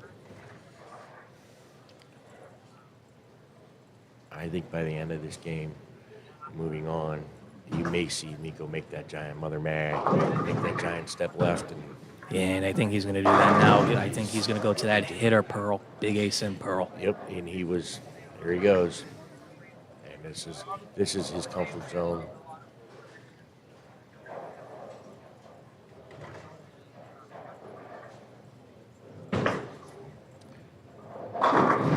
It's a good shot. That was a great shot. It's a better look than he has. Yes, the ball actually read the lane. Yeah.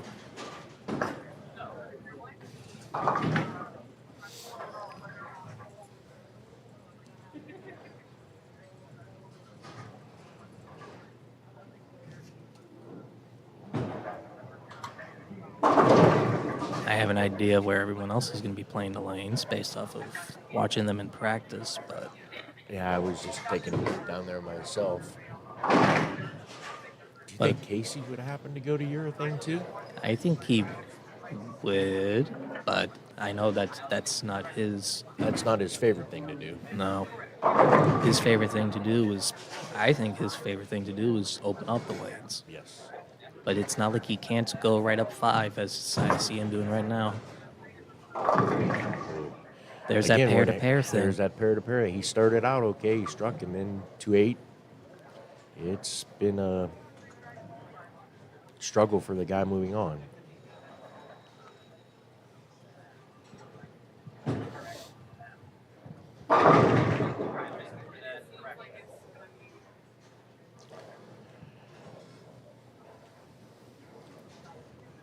And in matches like this, your spares are so important. That's what kept earlier in the day Carlton in the match until the 10th frame. Miko doing the same thing here. He's hanging around. Looks like Trent's switching to the harsh reality pearl. Yes, he is. Ring of 10. Ring and 10. He just... Again, on patterns, you need to get the ball to go through the pins the right way. And right now, I don't see his ball going through the pins the right way. It's ring 10, but... Wonder if he's sticking with that hitter on the left lane. Big swing. Oh my God. Too much of a swing. Survey. Says 0. and we know the rest. All right, Miko, you got to make a spare here, buddy. Unlike Newt's gutter, you have lost count. Yes. And that is a big That's 10 a pins. huge count. That's a big count this late in the game.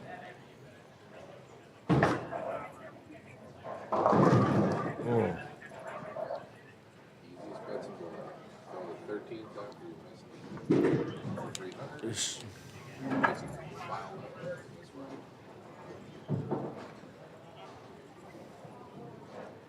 This was also the pattern that Miko did struggle on the most as well this block. He only went 2 over on this block for 5. with the strike, I believe that puts him in the lead Yep. by 3 pins, 13 pins. 189 max for Trent, 183 max for Miko, and a 212 max for Newt. So right now up by 23 pins.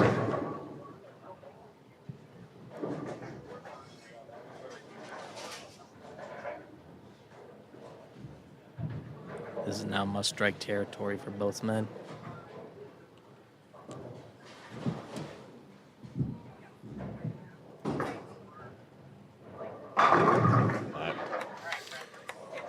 Realizes he has to have this. Yep.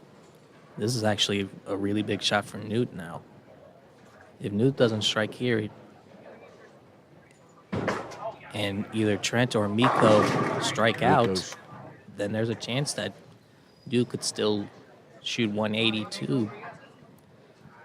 He could still shoot 180s if he doesn't strike on this shot right here.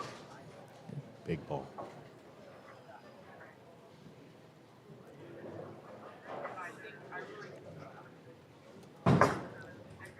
Does he like it? He did like that. Well, now that just forces everyone else to show up at the 10th. Dude can just watch from the back, needing only just a mark if everyone else strikes out.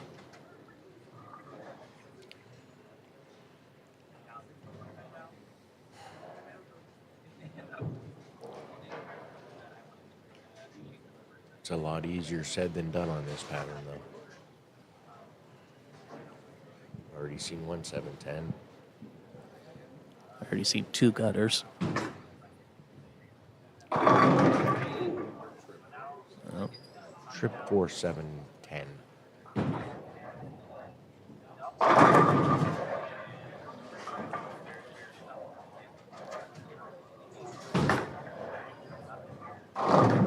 no, Yeah, Miko just...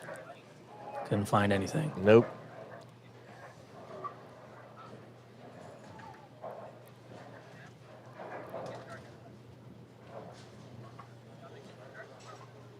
This is the one that makes him show up, though.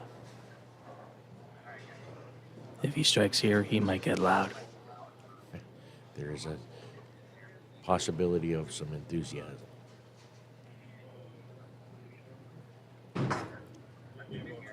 No.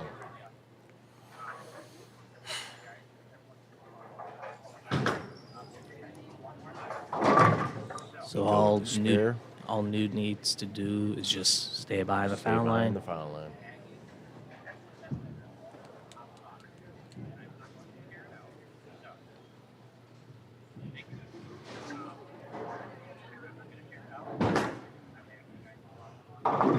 And Newt is our first repeat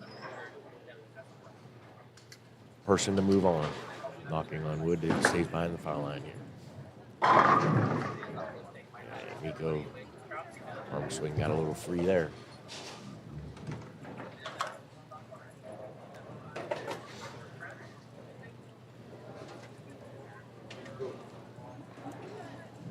Snow coming down real hard in Philadelphia.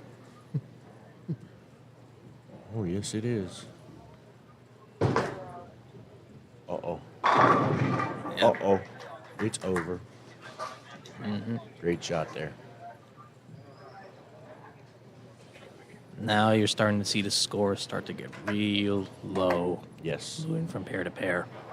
I believe they went down every Every game. Winner was 270. Next winner was 230. And This one's what was that? 270 or 260, then possibly a max of 212.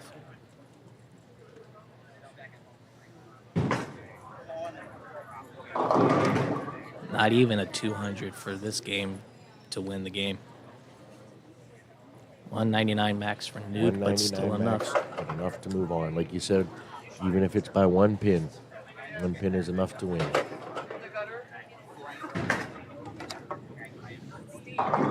Surprised he didn't try like another shot.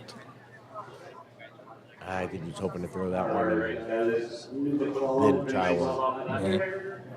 Great weekend, Trent. Great weekend, Nico. All right, we're going to take a quick break. Let us move the cameras back over a little bit and go on to the next one. We are actually into our true stepladder final.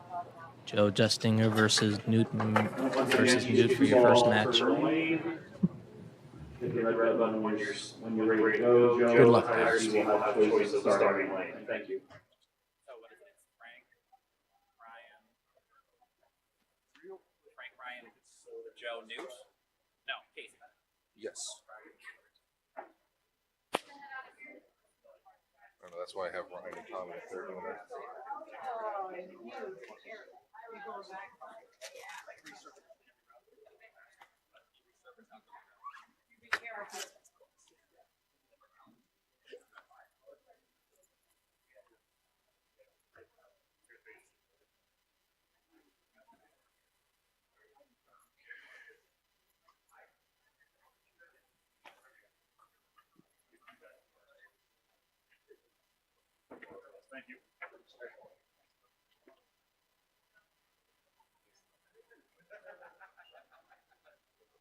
Okay.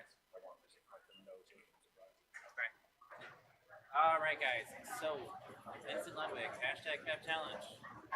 I hope you guys all are coming along with me.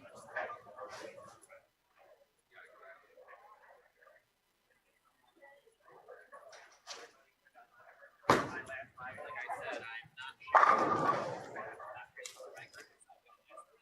From the last one, come on over into this one. Our top 5 Stepladder is tagged. Hey, have a good one, Gloria. Safe travels.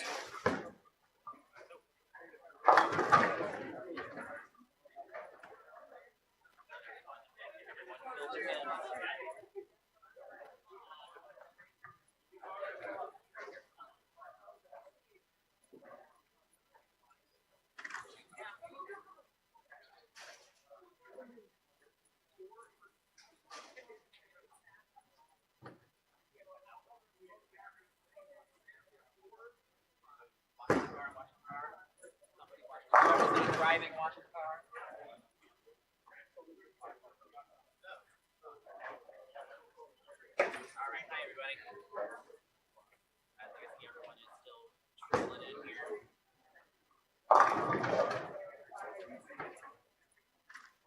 Our Stepladder is tagged. Like I said, I am. Oops, sorry guys, I'm trying to get your angle for you. Our Stepladder is tagged. Everyone comes over and joins in. I still don't like this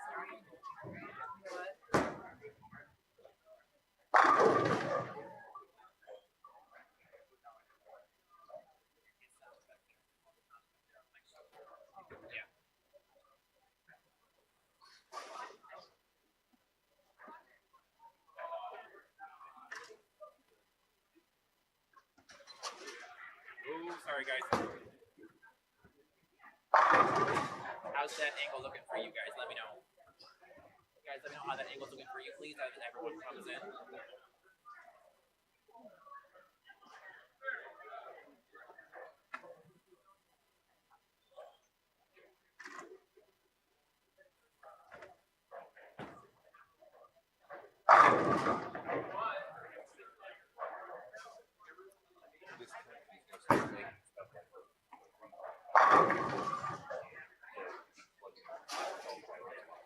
Really? That's good to know. Yeah, there's all little controls on the side. I mean, it's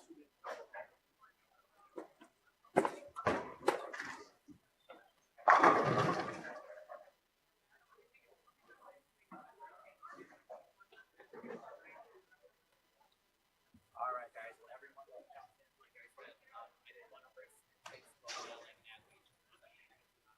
Yeah, I shared it on the video. Like I do my first post, and I want to ask you guys to hit the share button. Since you guys did one such election, please hit the share button.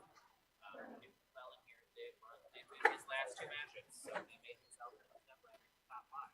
So our top five is tagged in order in the post. It is Frank Testa, Riley DeBrock, Casey Cohagen, Just Singer, and Joe Just Singer. And Newton Fallon won his last two matches. So he was all the way here.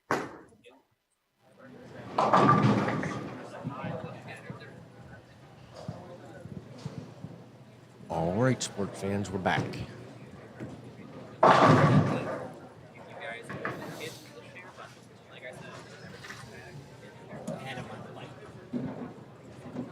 See, this last season tomorrow.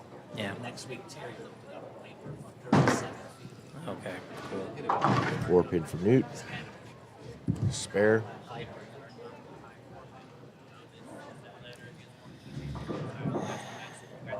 my last live And Newt is still in urethane. championship style. Where it is. Joe is in.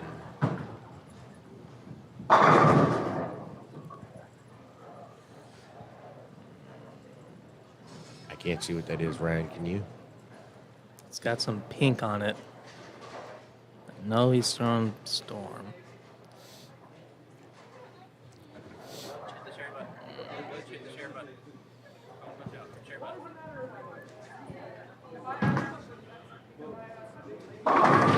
Can't see what Joe Could be a DNA coil.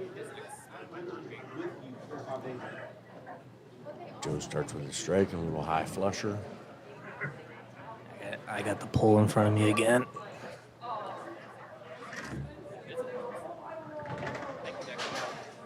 I believe you're right. That is a DNA coil.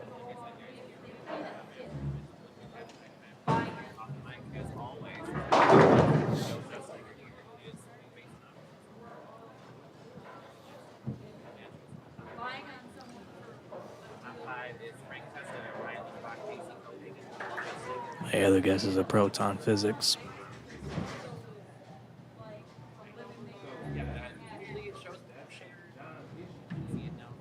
Not sure, but we will find out for sure.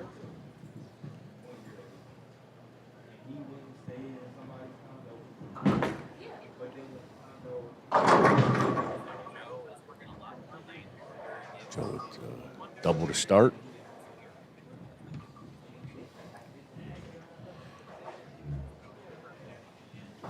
I believe in the entire Stepladder finals, there's only one two-hander left. Two-handed lefty.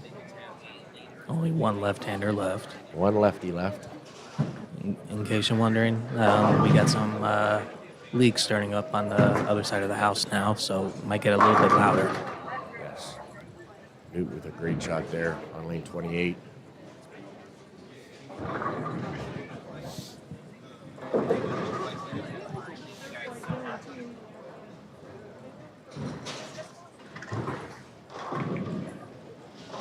Again, thank you to our sponsors, Motive Bowling, Messengers Pro Shop, A&M Pro Shop,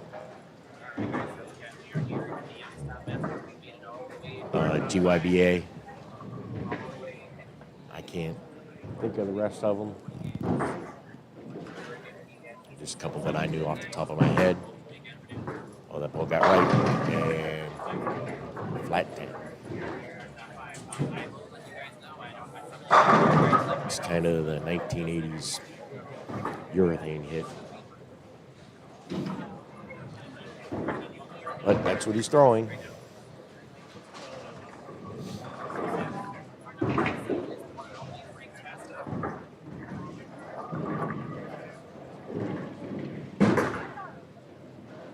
Covers the 10 pin. Could also be a height.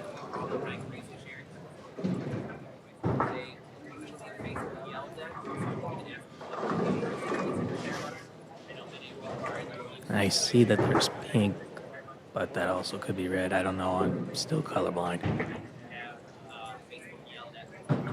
It looks like a height.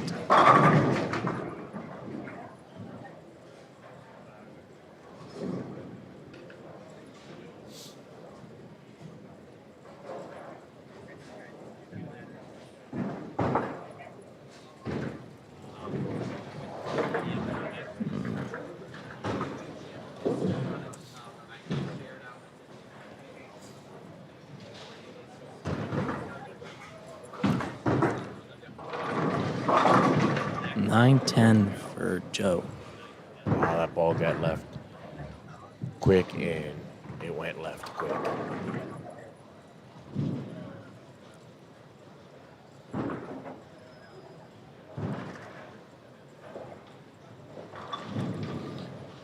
Mama there to go that man. Saquon Barkley rushes it 73 yards to the house. Wait, you're a Philly fan? No, I just pay attention to all the sports. Ah, He knows a good player when he sees one. unlike the Giants. San Francisco?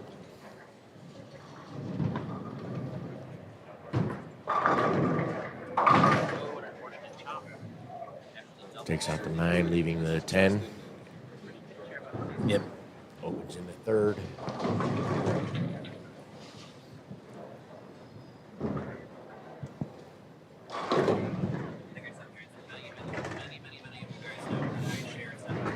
Isn't there a football game on tomorrow, Scott?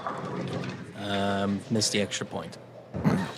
There is a football game going on tomorrow, which is When why have I've been- forgone when all of have my been- bowling attire this weekend Oh, yeah. in favor of the hopefully soon-to-be national champion Ohio State Buckeyes. Very jealous of 2 ex-students of mine, one of which is in the marching band, one of which is on the football team. So, Yes. they've had a Absolutely. nice few weeks of vacation. The team's been down there. I think the band landed early yesterday. So, safe travels to those guys. And hopefully Left things again. go well for them. Leaving the 3:10. Yes, I think it's going to be a hell of a football game. Growing up, I was a Irish fan until I was in high school many moons ago. And No, back in the 80s, I was recruited by Mr. Jim Tressel to play at Youngstown State. I turned it down for him. And once he became the Ohio State coach, I became an Ohio State fan because I am a Jim Tressel fan. I think he's one of the greatest guys. He does a lot of things good in communities, and he gets kids to play for him very well. oh, without a doubt. Coach Tressel actually did a favor for me earlier I guess late last year, early school season. We had a youth football clinic in Hubbard, and an email because one of his ex-players, one of our players who played for him at Ohio State, just said, hey, would you throw in a quick little intro video for me, for Sean? Next thing you know, he sends me this gorgeous thing from his podcast. Everything Great I could shot ever by ask you. for. And I mean, like, listen, Coach Tressel's great human being. And then the small world is Marcus Freeman, who played football at Ohio State when I was in the band down there.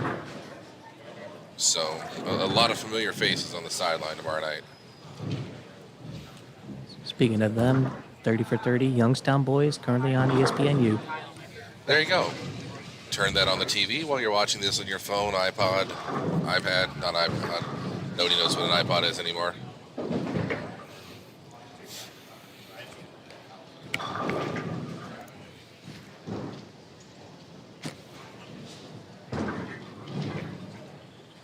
I don't know why I just put Justin. Huh. Oops. Hello again for that. Double for Newt. I think I was right. It is the proton physics that Joe was throwing.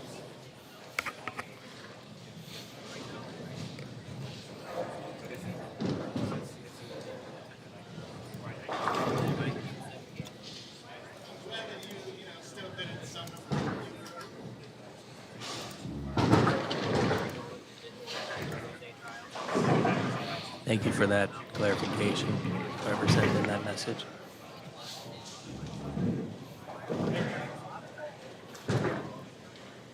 Joe needing to get something started He's now. got to get it going now. It's left again.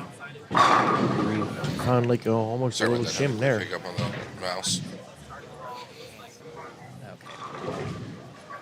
I got a big pole in front of me again. Cannot see the scoreboard.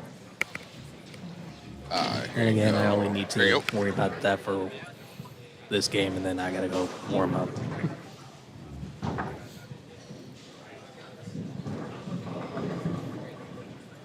Can only hope that I can manage to get through 2 games to three-peat this event. Absolutely. Good luck to you. Thank you. Yes, and we definitely appreciate your sitting here with us for the first few matches. Anytime I could, Well, I appreciate your support with the whole thing anyway, getting it out there, sharing it out. And yeah. it's been a nice little work in progress putting this together, and I think it's come out pretty well. Oh, no. Left again. Left again, leaving the 410.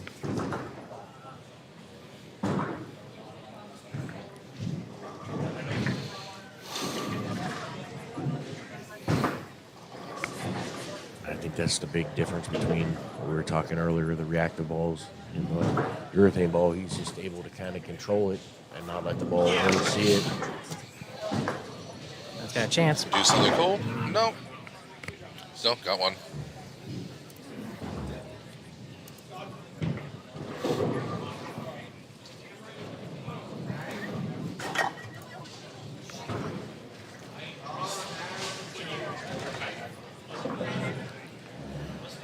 Yeah, 3 red dots and 3 strikes doesn't help your score too much. For the first 6 frames. I'm actually quite surprised at how the scores are turning out compared to last year when I chose the medium pattern. Scores I don't think were this low until the title match. Yeah, patterns definitely dictate scoring pace. Yeah. But throughout all the qualifying, I was calling you a past champion. How many times have you won this? I'm the 2-time defending Two. champion. I knew it was defending. I wasn't sure if it was 1 or 2. I didn't remember if there was a gap between the years or not. There technically it was November of 22, then January of 24 between events. We're going to say since this is the 39th, he won 37 and 38. Leave years out of it. It's easier that way.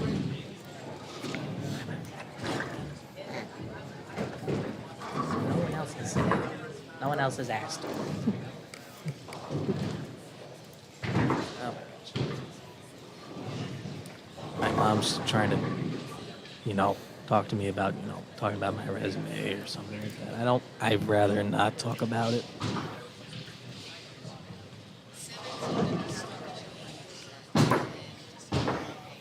Oh, and that had the big wheel on it.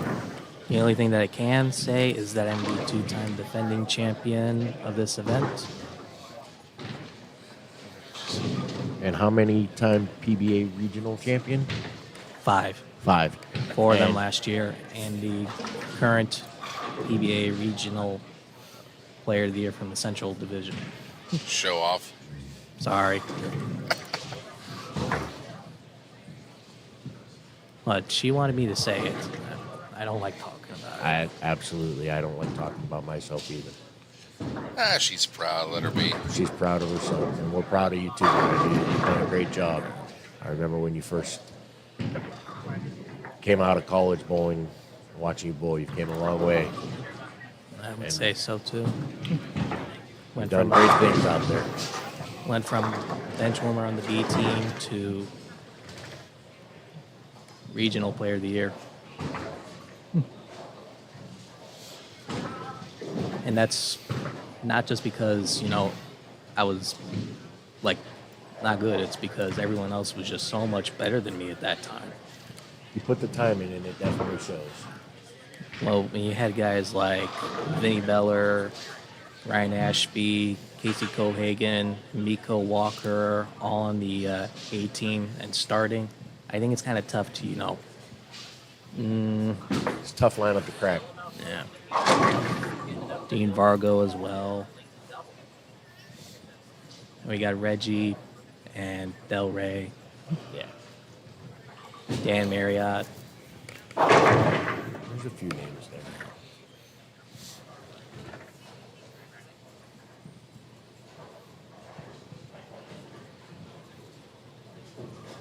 Eric Bader, too.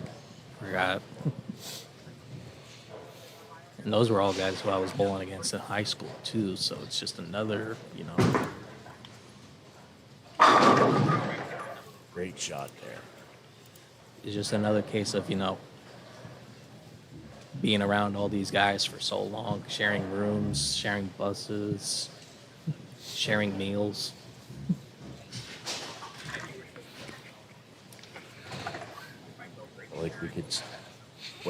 Like we'd like to say sometimes, if the walls could talk and people could hear our stories. And I remember when I first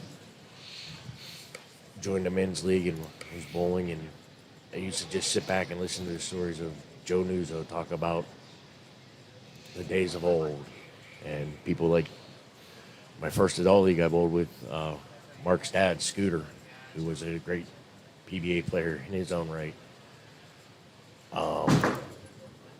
He likes that one. Yeah, he liked that one. Oh, he liked Really. that a whole lot. As soon as he threw it. Max score for Joe is 213. I believe that puts Newt pretty much locked in for this match. Yes. But now we talked about going from pair to pair. Now it's going to be Now about it's going to stay. how it's going to stay. Now that Yep. Newt's going to be bowling another game with the urethane, how much are the push lanes is he going to gonna get? change again?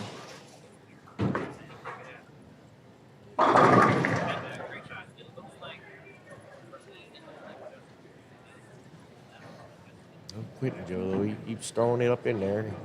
3-bagger there.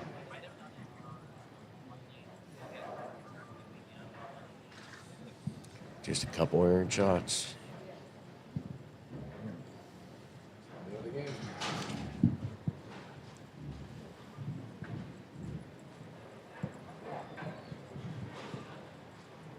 LA's come back to score a touchdown.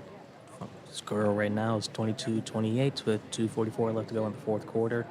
Hearts go out to everyone in Los Angeles right now. Absolutely. I think that might have been a foul. Yeah, he called it. On Called it style himself. points alone, maybe not. I don't know. Yeah, he called it on himself. No, unfortunately, two friends of mine from college lost everything in that fire, and it's just heartbreaking to see that they were in an area that wasn't really supposed to be hit, but unfortunately, it just winds changed and there it went. Joe just trying to get out of the way. Yep. Kind of a tough way to lose the match. Yeah. Tough way to lose a match. Yeah. Got to give him credit for that one. Absolutely. Whoever That's- called it, whoever sportsmanship. Yep. It's Goes back to respecting the game. conversation from earlier. Interesting Yes. strategy from Newt. I think he's trying to attack where the other right-handers might be trying to play further in. Yeah, that looked like a. Yep. He's trying to maybe also help himself get some holes in Yeah. the middle. He's not trying to get too many shots. He's trying not to get too many shots on top of his spot. He's trying to keep everything further in so that way he can get some more hold room in the middle and possibly create some more carry down for everyone else following him. Because now it's Casey, then me, then Frank. Yeah. I mean, you're talking about watching old PBA shows. This is going back a few years. Speaking of just getting out of each other's way, I remember it was one of the first Badger shows. Brian Valenta had I want to say it was one of the nightmares. And exactly that, it was charcoal. He won his first match, threw something shiny off the side just to get away from it because he was playing in no man's land. Left, and he was the only person that had a look there, and it was just so impressive because I remember watching it when I was younger, going, "What's he doing?" Then you get older and you realize he's just hitting the head pin. He won the match, so if you won it in the 8th frame, it's over. Get out of the way. Right. So I mean, it's smart across the board. Casey still hitting. Casey, you get 225 to 167. And as that RC, you'll have choices starting lane. Well, I might have to stick around just a little bit just to watch the end of this Rams game. Rams have a chance to win the game. They got one final drive, possibly. They used up all their timeouts to burn them up before the 2-minute warning. Matthew Stafford coming up to try and lead the Rams into the NFC Championship game to face the Washington Commanders. After his old team How full lays an circle? egg last night. How full circle would that be if he leads them and Detroit had the year they had and don't make it to the championship game?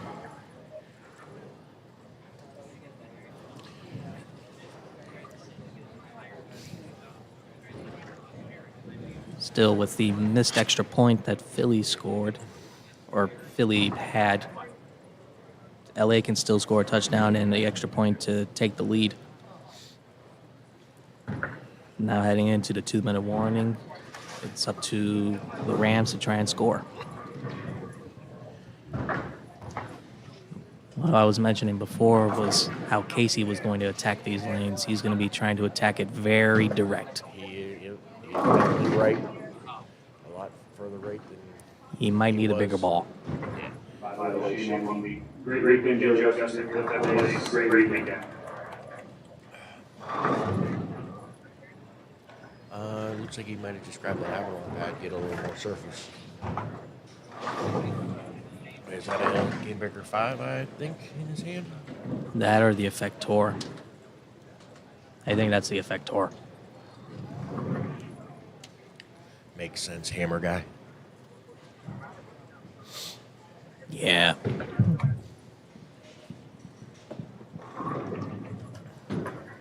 Yeah, that's the Effector. Yeah. Darker shade of blue. It looked like a better shot than the ball they was throwing in the beginning.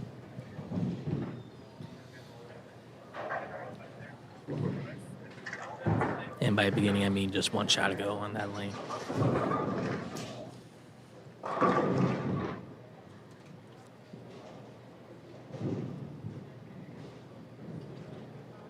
Hey, Victor. What's up, Victor?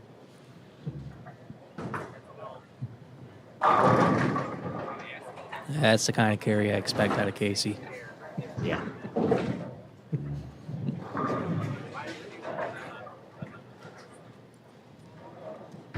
I expect him to want to finish on the left lane. Try and make Newt finish on the right lane. Casey bringing out the surface pads for this one, which is, I was just expecting it, but it turns out that's what it is. Casey's going to let Newt start first on the left lane. Casey finish on the left lane.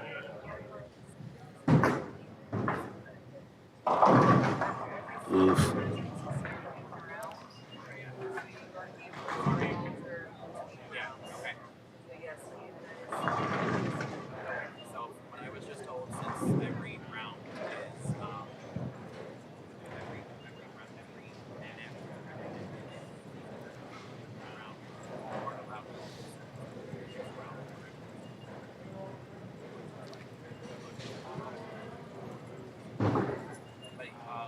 did the correct thing.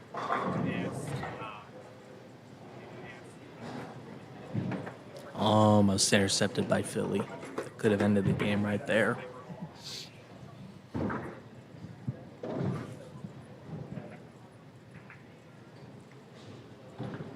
Oh, he had both hands on the ball. Right now we gotta fix the score.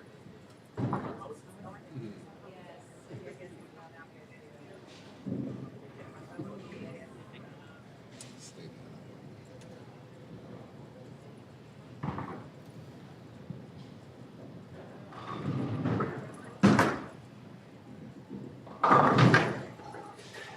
3-6-10 for Newt. Spare. Spare, stay in the game. Boy, I should really not say that because my spare shooting was atrocious all weekend. Go ahead, Scott. Comment. I know you want to. I'm saying nothing.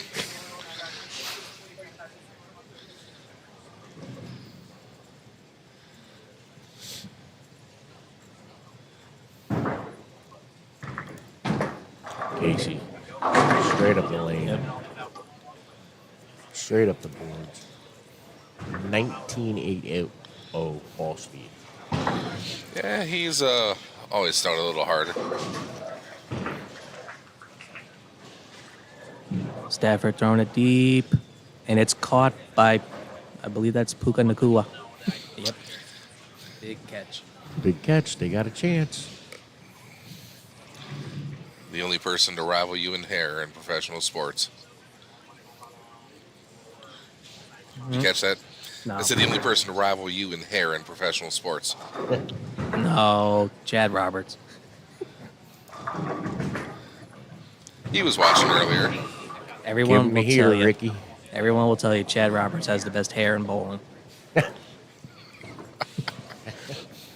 He does have a point there. If you ask Todd McGill, if he's watching, Todd. I don't think so. I haven't heard from Todd this weekend. I don't know if he has got something going on or what. Because somebody apparently got jumpy and everything just went. Yeah.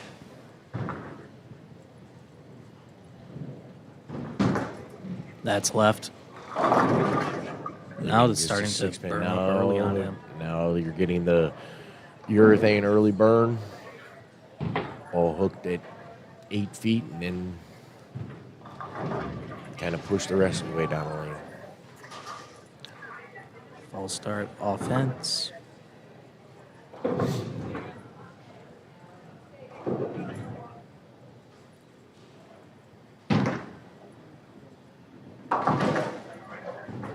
Keeps it 9 clean. spare.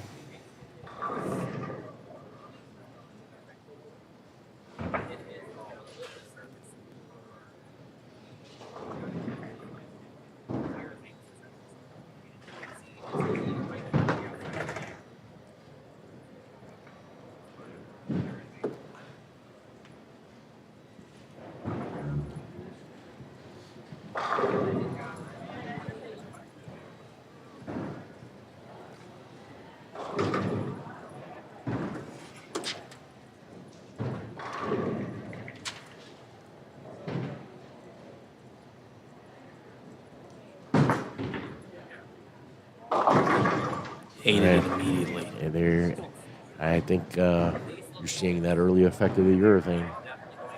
Ball hooking early. And Stafford just got sacked on 3rd down. It is now 4th down for the Rams. 4th in your season. Yep. With a minute to go.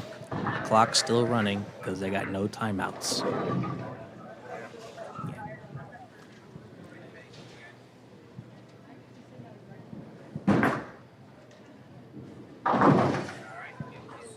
Fourth and 11 with your season on the line, and your clock is still ticking.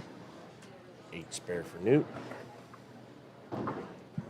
Keep it clean, staying in the game. For the season, incomplete pass overthrown. Phillies going to the championship. Casey on the right lane.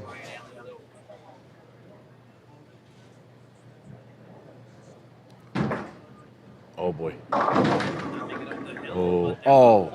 Oh. Okay. Wow. That's Casey goes from 5 through the face, 5 washout through the face, to strike. And when it's going your way, it's going your way, right? final score in Philly. Los Angeles Rams 22, Philadelphia 28. So your finals for the NFC Championship will be Philadelphia versus the Washington Commanders. In Philly. Yep.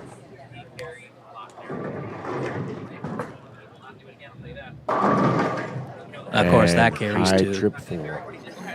Of course it does. My dad always said, it didn't matter what you did with that one, it's what you do with the next one, because 10 plus your next 2, right? Yeah. But now you got to, worry about what your next few shots are going to be like, because now you've missed right and now you've missed left too.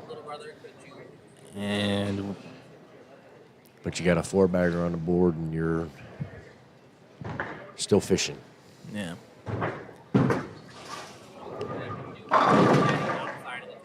Please mind the camera work. 10 pin there for Newt. That was a pretty good shot, I thought. Yeah. Okay, sorry about that earthquake there, folks. I guess that maybe account for Casey's carry back there. Some people just can't stay away from things they don't need to touch. Yeah, Casey's ball hits the ground so hard it causes earthquakes, apparently. Let's go with that.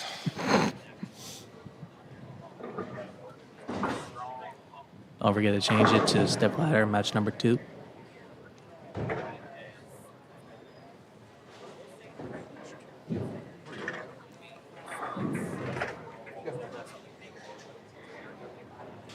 Yeah, so we're getting to that. So figured we'd want to see things a little bit. Newt looking for his first strike of this game.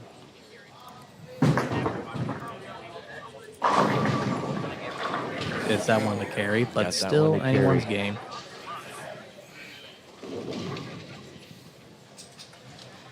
Still really early. Lots of bowling to be done.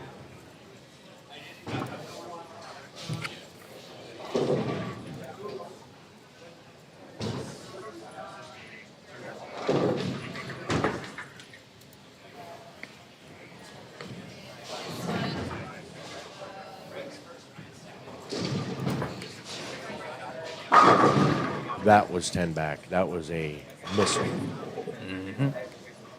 1996. Only 19. Almost 20. Do another push I mean, up. if you don't hit 20, are you really even trying? Do you even lift, bro? Of course, I can't say that.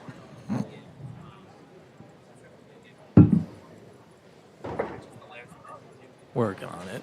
Working on it.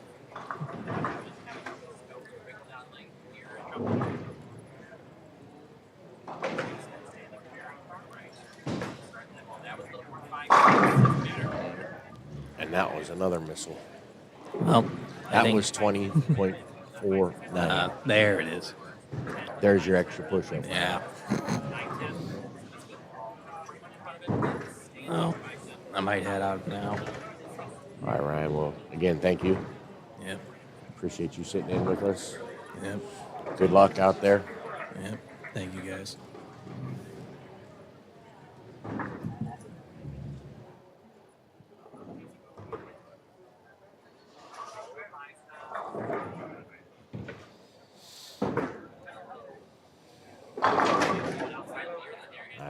Half 10 there.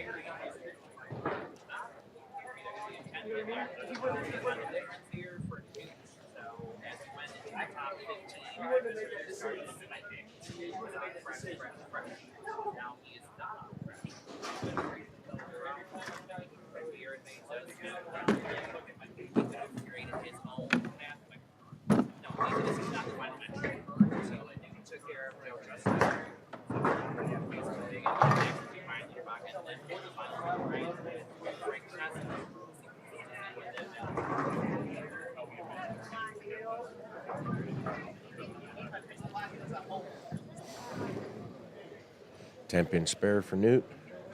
Still in the game. He's got to start striking right now. This is a almost must-have situation to put any kind of heat on Casey.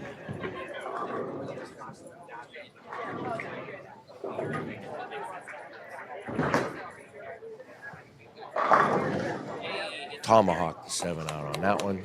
Had to have that one to have any chance.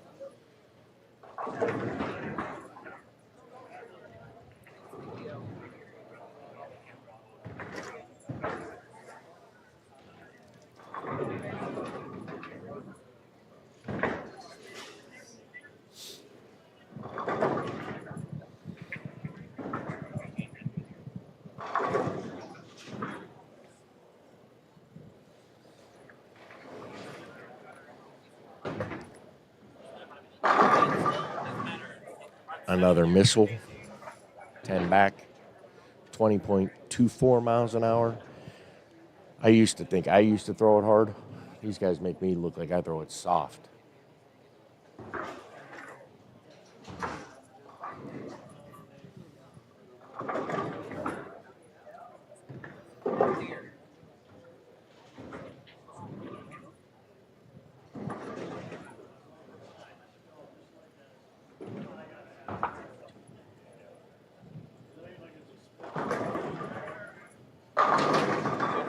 Slapped the 10 out on that one. Even got the 10 to fall on lane 28 without being up on it. Casey with the front 8.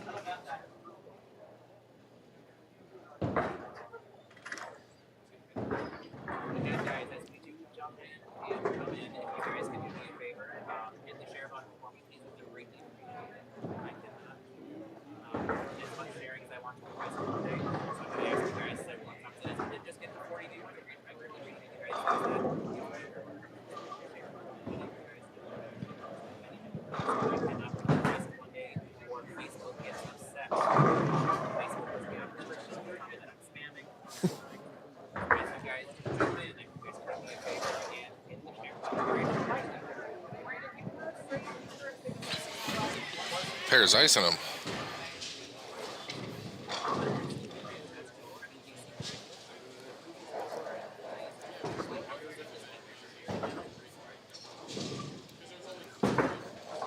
Oh, got that right and saw it. Double for Newt. Still fighting.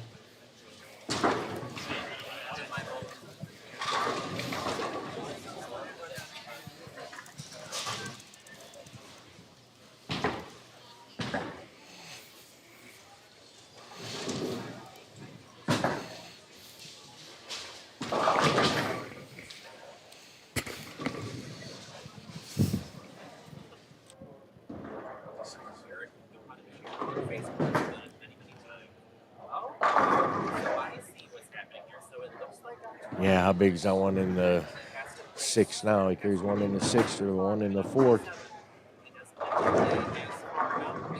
It's a different ball game, but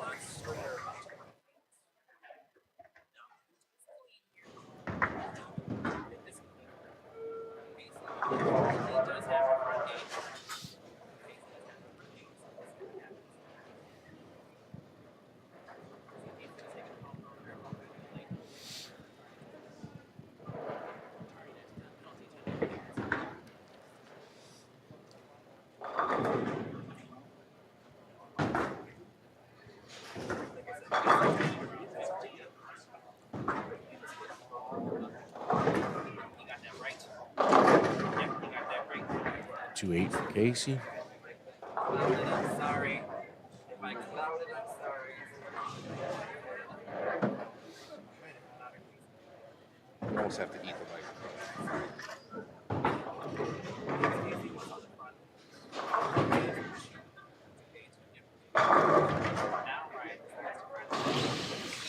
We're going to go ahead and invite the Black Cloud Ryan Test, or Frank Test in here. As Ryan leaves and Casey misses. Yeah. I don't know if he's the Black Cat leader, or Frank Test is joining us. Jinx there. Yeah. Well, Ryan's heading down to get warmed up. So thank you, Frank. Nice bowling, especially that last block. Those were some seriously clutch games coming up to the Thank you, final. thank you. They were really difficult today compared to yesterday. Felt like yesterday you had to get as many pins as you could to give yourself a chance for today, and the difficulty of the pattern really leveled the field out. So it was nice to be able to see the transition the right way and make a lot of good shots for those 5 games.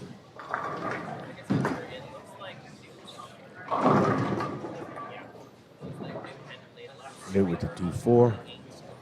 Just kind of going through the formalities. Everybody getting out of everybody's way. Yes, Frankie, great bowling today. I know it all happened because they moved me to your pair and you lined up off of me. Except for on a couple spare shots. Well, yeah.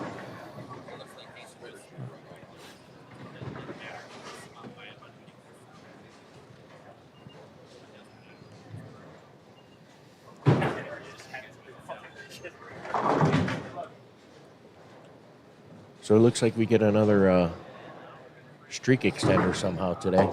Yeah. It looks like it's gonna stay in the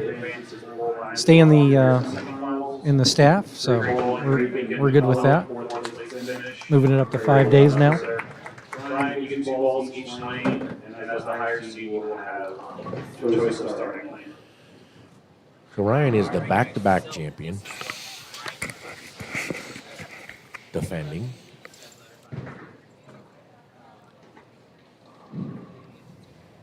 Yeah, Ryan struggled a little bit today, but never count him out in match play. He's one of the best match play bowlers I've ever seen. He might have got that from his dad because I watched his dad bowl my brother many moons ago, and his dad was a very good match play bowler.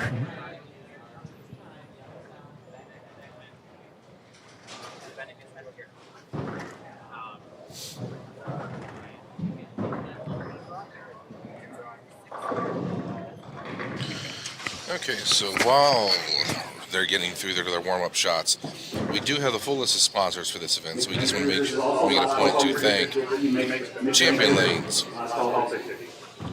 Sorry about that. Champion Lanes, Pete's Sweet Corn, the Hines Family, Dino's Construction, Patterson Family Eye Care, TM Painting, the next level sponsor of Apex Roofing, A&M Pro Shop, Townsend's Tax Service, and then our big sponsors, Duke Sanitary Services in Vian, Ohio, Messenger Pro Shop, Krago's Pest Solutions, the Brands of Brunswick Holiday Bowl, and Motive for the 39th Annual Youngstown Masters Tournament, sponsored by the previous name. So thank you to all of our sponsors. The stream, again, thank you to the folks, Paul, Steve, and the guys at PTZ Optics for providing these cameras, which have made life so much easier for everybody involved. And Tim and the guys at vMix for this, making the great software that allows us to do things like this. So again, like I said, thank you to all of our sponsors. We appreciate every one of you for making this tournament another success. Going through 130 bowlers after a record setting of 89 last year was the record, 130 this year. So the sky is the limit for this tournament. And yeah. Thank you to the guys at Holiday Bowl, too, for having us. The hospitality here is always great. Yep. Anybody who's watching this and is looking to bowl this next year, I highly encourage you guys to get your entries in as soon as possible, because this was a pretty stacked field with 130 guys, and I don't see this tournament in terms of entry fees dropping at all next year. So this could get to 140, 150 entries pretty easily. Absolutely, 100% agree.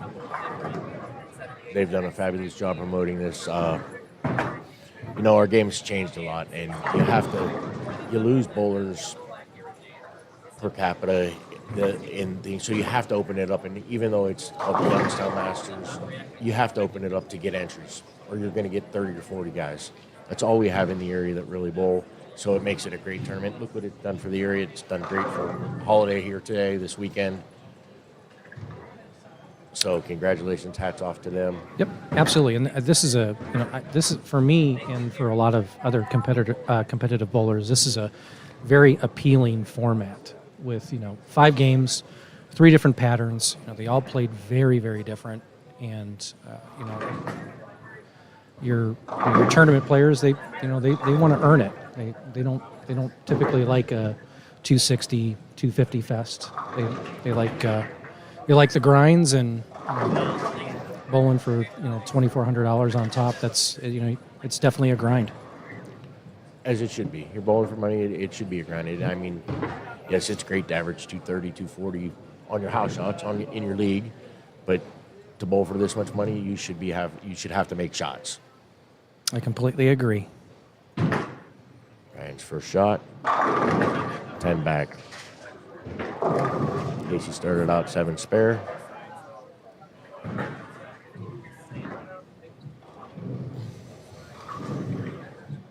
Yeah, the tricky thing about this pattern is that the transition happens so quick that it's really, really difficult to see or predict. I mean, Casey started off with a front 8 the game before, and I made a decent shot in the first frame, but just a hair right, and the ball just doesn't have any chance. This was really, really hard.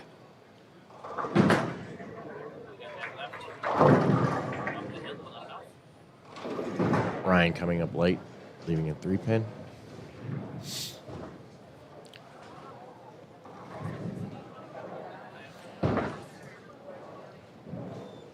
This pattern definitely leveled the playing field on every aspect, and you have all types of players that made it. You have straighties, you have guys that hooked it, it was versatile. You could do whatever you wanted to do on a lane, depending on what ball you wanted to put in your hand.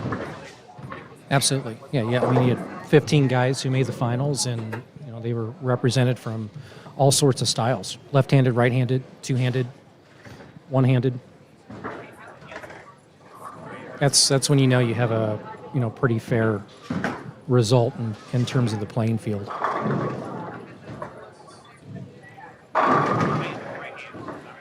Casey with a missile. I think he got a little softer on that one. Yeah, he did. 19.79.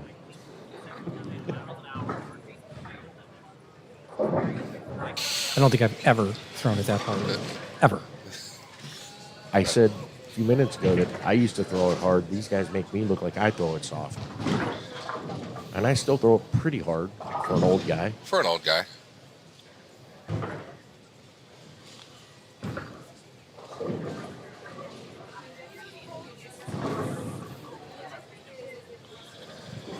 But it's what we do. It's what we love. It's our game, and we need to grow it and let it keep growing. I don't believe it's dead by any means.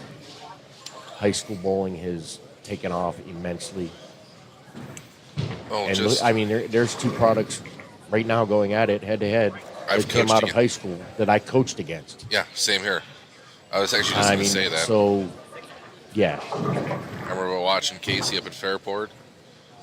Shout out to Jerry Rich's program up there, one of the smallest schools in the state, one of the best programs in the state by a mile. Absolutely. And then Ryan, when he bowled for his dad up at Nordonia. So it's wild thinking about that. I mean, I'm heading up to Roseland tomorrow morning. 25 boys teams, 16 girls teams signed up. I mean, it's totally awesome.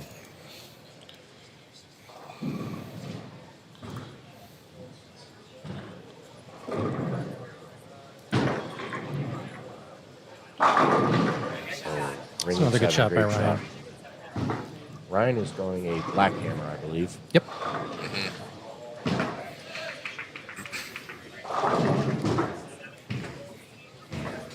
I'm kind of happy sitting here in the semifinals, going into the finals, knowing that the top 3 guys are Brunswick guys. Ooh, Ryan. Ryan doesn't miss many spares. No, he so. does not.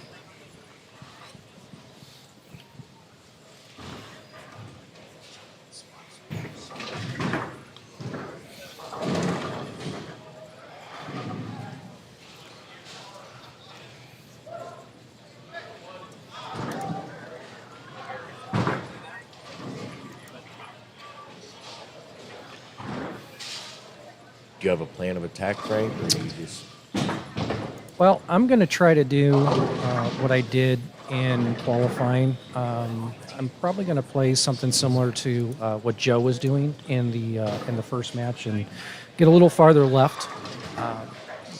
Me and ball speed don't get along, so I'm definitely going to have to shape it a little bit more than what Casey does. So we're going to start out with something, try a stronger, earlier rolling bowling ball to try to get my ball to pick up before it gets to the end of the pattern. And if that doesn't work, then we'll go to something a little more angular down lane. Sorry about that. There you go. Great spare by Ryan.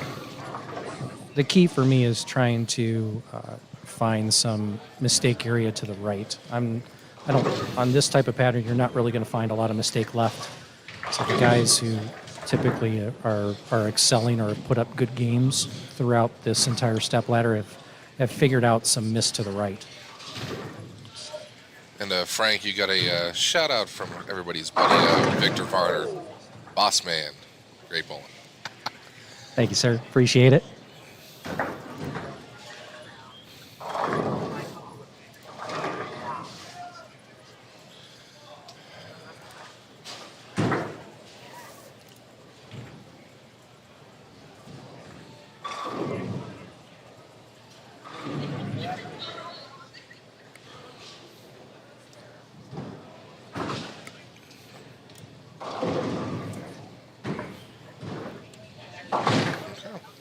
Spare by Casey. Casey's doing the right thing at the moment. He's managing the 1-3. He's keeping everything in front of him, using his ball speed to his advantage.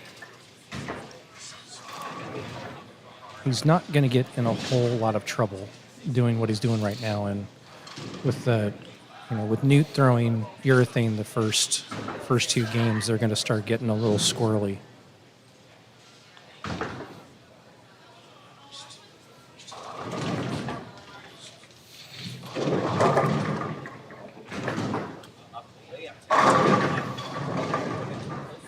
Give him the heater, Ricky.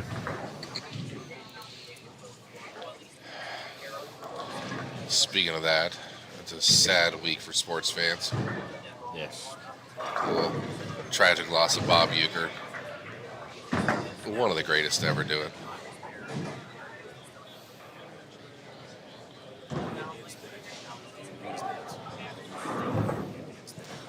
One of these days, Harv will actually get to hear that and have it mean something. 5-7 by Ryan. It's another good shot. It's just a little flat when it gets to the pins.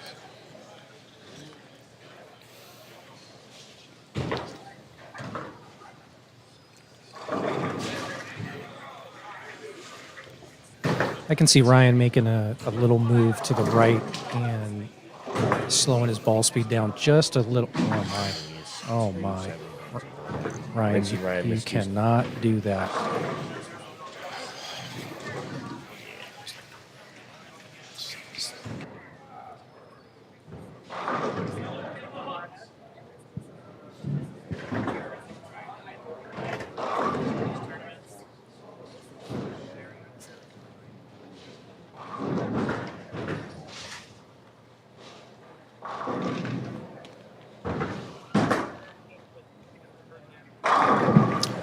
Ryan makes a ball change, goes to the purple hammer.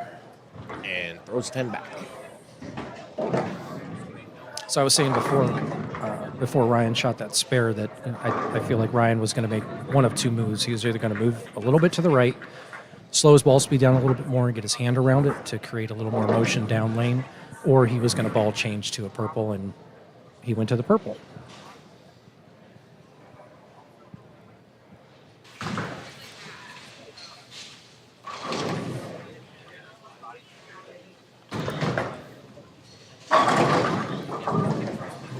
Gates with another strike.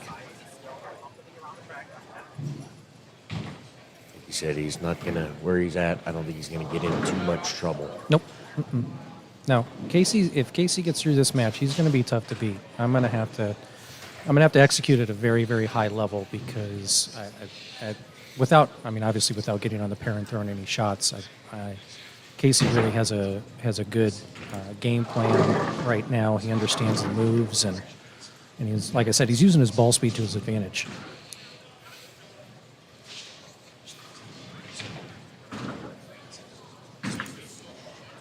That was a really Another good shot. one. I don't think he liked it so much, but it was really good.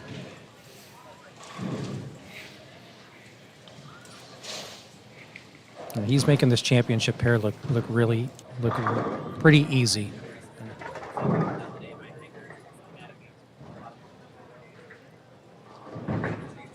Ryan needs this one.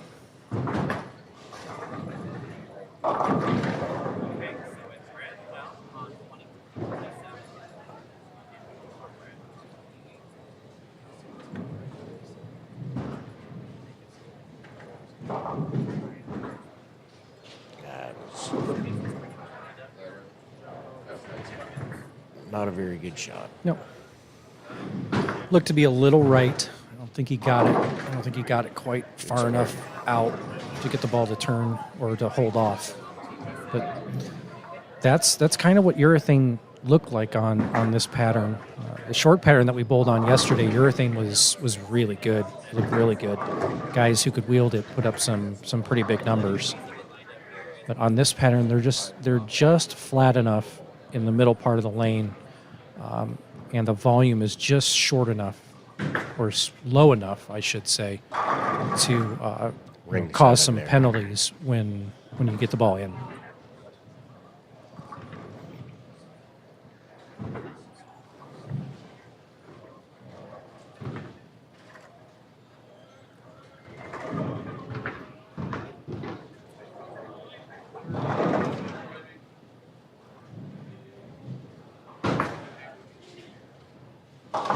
There you go, Ryan.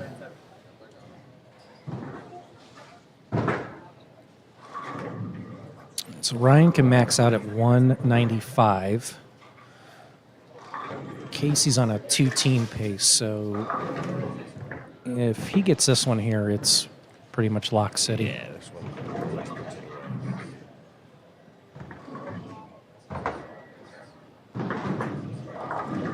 Oh, Well, that changes things. That makes it get a little bit interesting.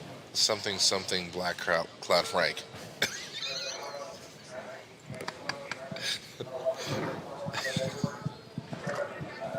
Wow. Well, that's How things can change in the blink of an eye. well, it's exactly what you said earlier, Frank. But Casey's using his ball speed as an advantage.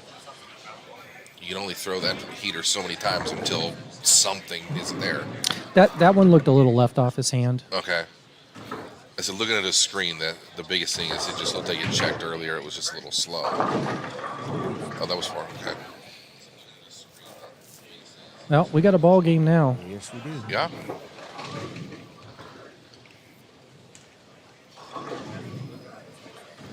So you're saying there's a chance? So you're saying absolutely. Obviously, an important frame for Casey.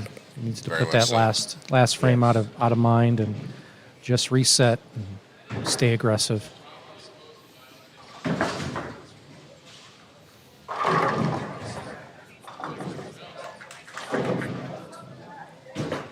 That's better.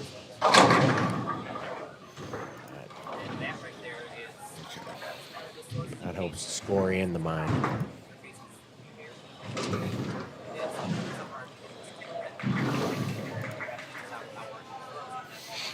Well, gentlemen, this was a lot of fun. I'm going to go get warmed up. Sounds and, good. We're You going got to things to title do. match a run here. Good luck. So Ryan can't force him to show up, though. Ryan, 6 pins. So that pretty much.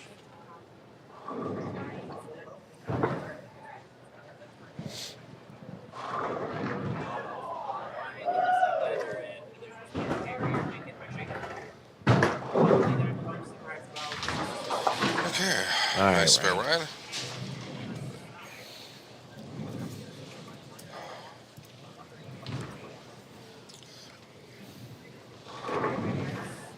Don't want to think too much of it. Say too much of it, but make your spares, kids. And that's Thanks, Scott. I think that was directly at me, wasn't it? not quite. Could be. Yes, I mean- make your spares, kids. Nice shot, Ryan. I remember a quote from Earl Anthony. Strikes wins tournaments, but spares signs my paychecks. I don't think still there's a true a, statement out there on tour. It's still a first, third for the last 3 years for Ryan. Not a bad. Not too shabby.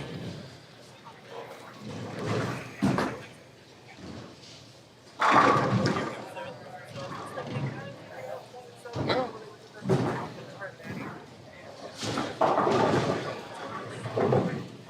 Realistically, it's over.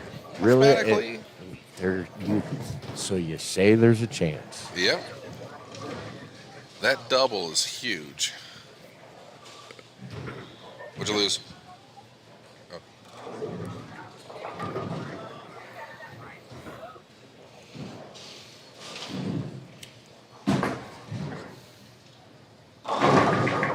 Okay.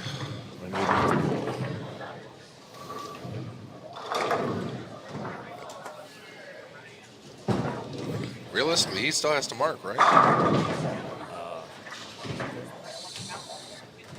Count. Count, yeah. Okay, yeah, it's Count. Sorry, looking at a small computer screen. Yeah.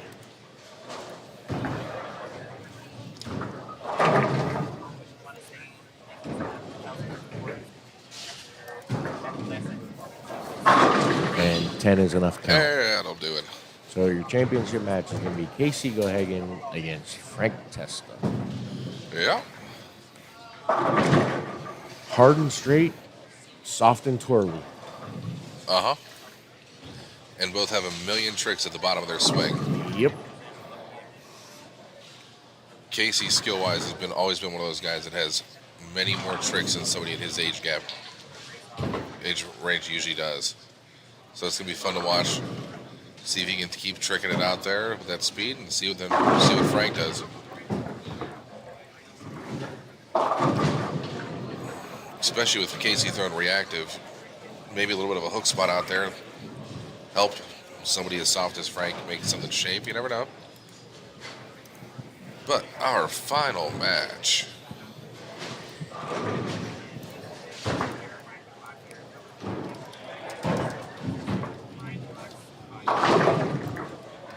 Congrats, Casey Cohagen, and move on to the whole contest for the championship. Ryan Needlerbach, great run this weekend, great goal this weekend.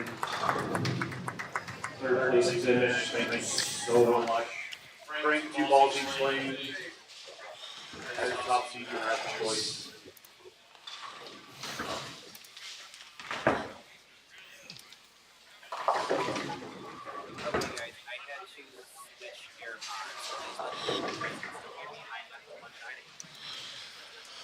Okay.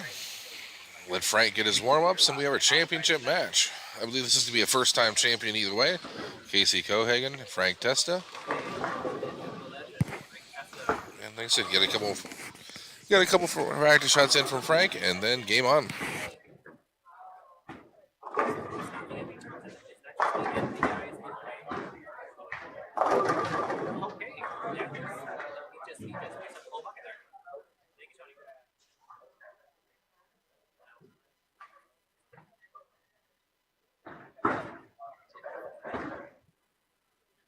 This is the finale, guys. We are getting the whole thing.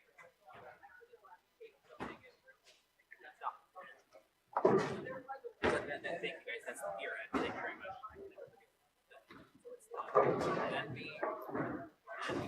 NB Tour, Pearl, here NB the Extreme NB. There's so many games. I've never thrown an NBA session, so I know Scott likes this ball. Scott never likes this ball a lot. Frank, just practice. Frank is way left. outside of fifth arrow.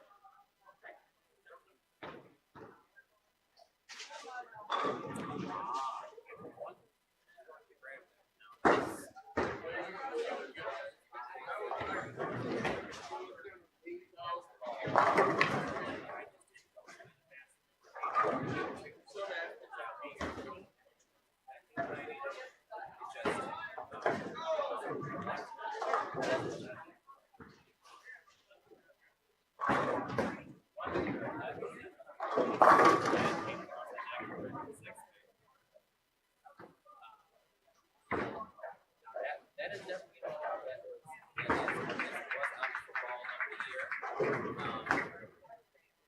For 2024, phenomenal piece. Personally, I don't have that heavy hand or heavy ball speed. That ball really allows me to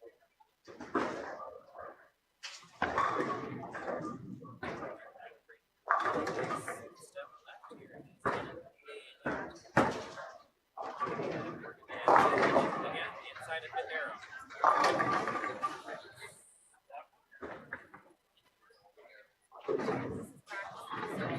Okay.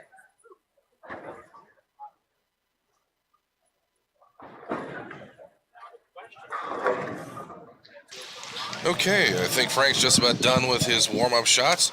We're going to welcome President of the GYBA, Rob Harbishak, to come in with Tommy and do the commentary for the final match. One game goes Casey Cohagen. I have not said Casey's name right once. Casey Cohagen, Frank Testa. So this is the 3 versus the 1 seed for the final 39th annual Youngstown Masters. So, thank you guys for doing this. Have fun. Thanks for having us. Still an unbelievable weekend. I still can't believe the turnout we had. It was a great weekend. You guys did a great job running the tournament. Everything ran smooth. If there were any real issues, Casey starts out with a strike. Again, great job though, Marv. Appreciate that. I said, this doesn't happen without Terry, so she deserves her flowers for this. Oh, she's just a princess. We know. There's no 9-pin on lane 28. That's no 8-pin. 8-pin. Terry, no 8-pin. Frank, no 8-pin. Yeah. All right, that was our first call. malfunction of the entire. It's almost like you broadcast. spoke it into existence. Almost. Did you say Black Cloud? Yes. Black Cloud Frank. He sat in the booth. Casey missed on the front 7-8, whatever it is. Okay. He said something last match, and it blew up. He goes for his first shot. It doesn't set an 8-pin. I'm just saying. Well, usually that happens to me, being an ex-mechanic. I was- Anytime I would go bowl something, my pair would break down. I was about to call the front desk on my phone if that rack didn't come down in the next 10 seconds. We're talking about you. You're talking about me. Yes. What a fabulous job you've done this weekend. None of this could have happened without you. So, thank you, Princess. You guys make my heart happy. I also said I was about to call the front desk on my phone if that rack didn't come down in the next 5 Frank seconds. Tessa with a strike. So we're even through one. Casey throwing a hammer effect 4. Looks like Frank's got a real time in his hands. That's an envy. Is it? I just saw the pink going down lane. That's an extreme envy? Yep. Okay. I just saw the pink going down lane. I thought it was that. Well, he told us he was going to try to use something bigger for him to get it to come off the spot.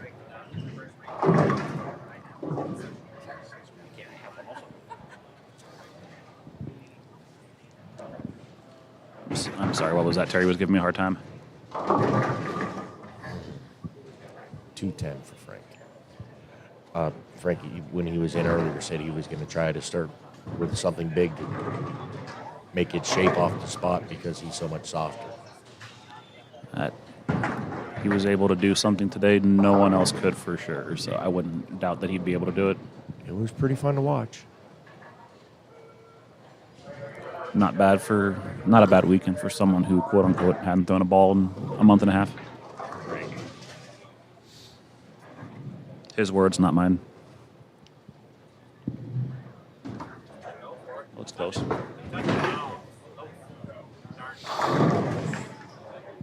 All right, so we have our first mistake. See if Casey capitalizes. Casey's been just throwing missiles, kind of taking the flat out of play in a sense. Just keeping it on line with something smooth, something controllable. I think the softest I've seen was 19.46. Was he hooking at a 2-pin? Pretty much.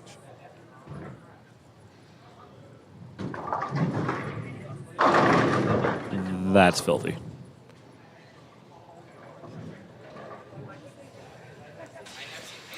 If you got is to do filthy. it. That's not fair. I've never been able to throw it that hard. Not even on my best day.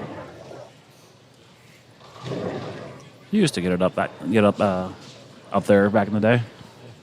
Not like that. No one did like 18, that then. 19, maybe.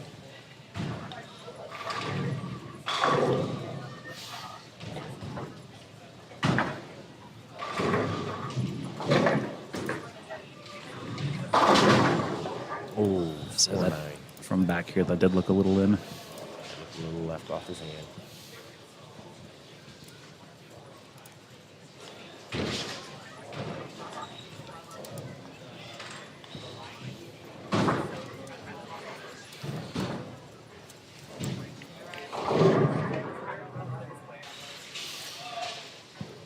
That's the crazy thing about this game. You can be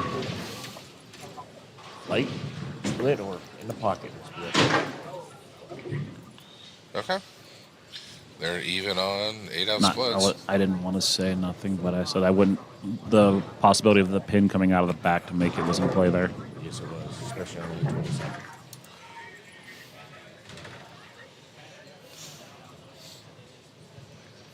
And at 25, 22.9 miles an hour. Pins tend to move a little bit when they're hit.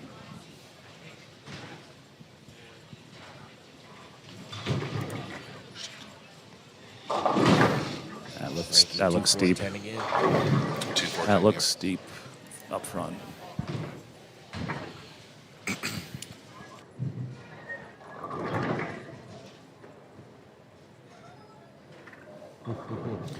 I think from the earlier urethane playing on this lane has affected Frank's ball reaction. Possibly. He might be just trying to go around a little too much.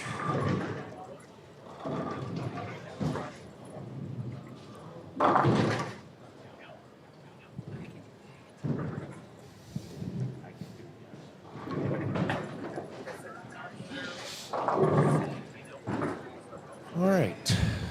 My legs feel like I have bowled all weekend. They're so done. Do you want to trade? The competitor in me kind of does, yes. I know. Trust me, like as much as I love watching this event for the work Terry and I put in to get this going, I would be lying to you if I said I didn't want to be out there. Absolutely. Don't get me back on that mic and I'll tell everybody. Cass needs to get back. See, being El Presidente, you should just run a dictatorship and just tell people you're doing this. Hey now. And That got off it. That got off the spot there. yes, he did.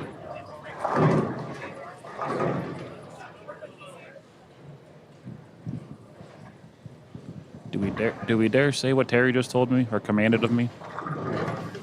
I didn't hear it. do we- Would you like me to repeat that for you? So next year, his ass is bold, Keep it PG, please. Thank you. but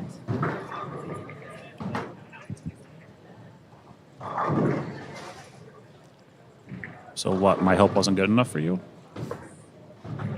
My help wasn't good enough for you. You want to do it better yourself? no, not at all. I 2, 4, 5, 8. Your talent is not out there. I heard Hefty say president next year. I can be fill-in I heard president. Hefty for president next year. Yeah, fill-in for 1 week. For 1 weekend. Is this her excuse for her to not? Raise your hand if you're hearing a lie right now. Fill-in Spare 2 face. days. Let's see where we at. I have a bird's eye view of the pillar right now. Hold on. All right, 54 in the third, spare up in the fourth for Casey. Frank's got 35 in the third, strike up in the fourth.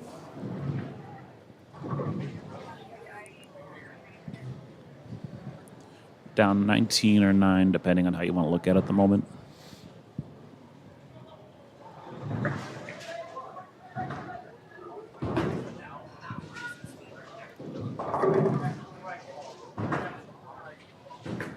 That looks better.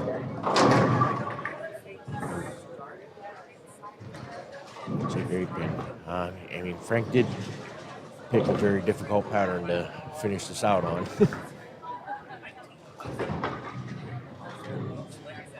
But like you said, you should have to make good shots to when you're bowling for $2,400 on top.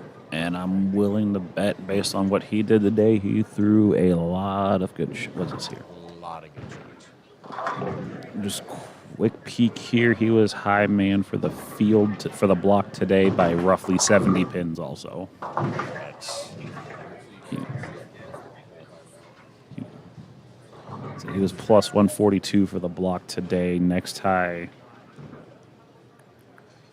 that I'm seeing anyway was plus 75. Shout out to Matt Clemens, second high block on the day. Good ball on Matt. So yeah, 67 pins between high block and second high block on this pattern. great shot there by Frank. He got a little bit softer with it. Soft and twirly. Softer, twirly. Definitely looked like he made sure he got a more of a fingernail on that one too, just to get it off the spot.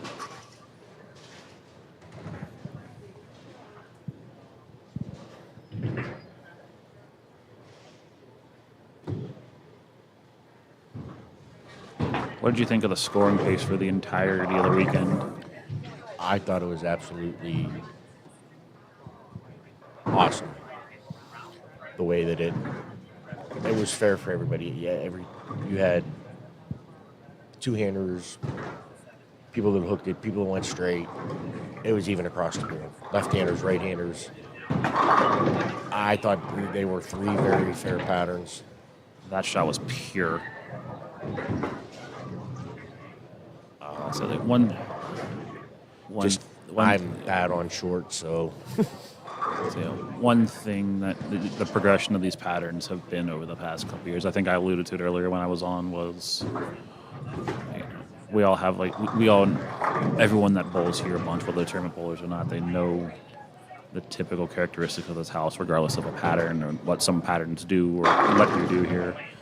I feel, especially after game one, especially like on the long pattern after game one, you kind of did not see the house be predominant in dictating ball reaction. No, like we said, you could always play almost any sport pattern at Holiday Bowl right of 5. You definitely could not do that. Like most long patterns here, typically, like you could do that out there. The track would be open, would be fair game, and then you could just get left and just tunnel it, and just continue to get left and tunnel it. Oh, 4-9 for Casey on the left lane. Yikes.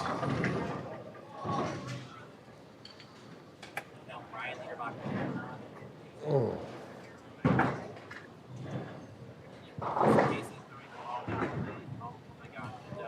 don't throw spares 20 miles an hour. Right. This one might be 25. Nope.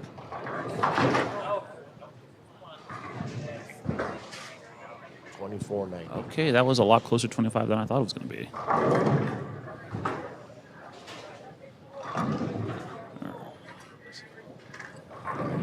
Casey's at 120. 121 in the seventh.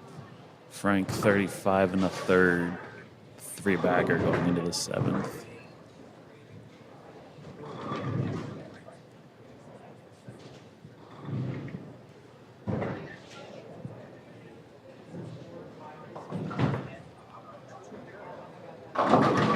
That was just steep enough that it just touch. did not.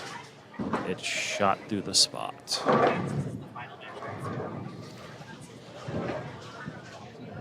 Anybody's ballgame. I have seen this split this weekend get made and missed way more ways than it should. Yes.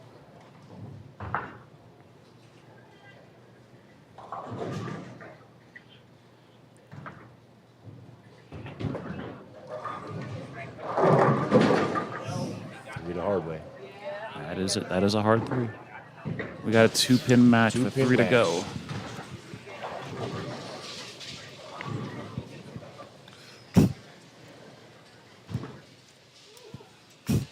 I don't remember. It must have been 1990, so that would have been what, like the 10th. You don't want me to say how old I was?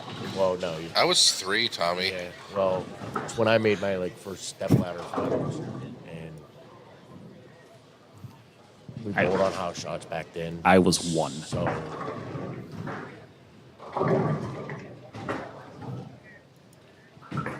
250s, 260s, the wind. Great shot there. I didn't want to black cloud that shot, but as soon as he let go of it, I said that was 10. So yeah, you guys just old enough to be my kids. We've already gone over that, yes. Yeah. But Harv, you do have the best birthday in the world. Oh, Hey, wait, so do that's you. the same as mine. So do you. What's that? We have the same birthday. Birthday Oh, there you twins. go.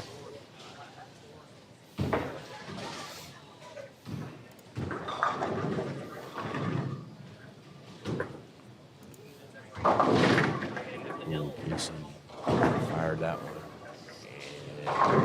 Yeah. That was also right off his hand. Yeah. 1, 2, 10. This is huge. This too, my comment about from Frank's 2-4-8-10 still stands. I've seen this made way more ways than you should this weekend.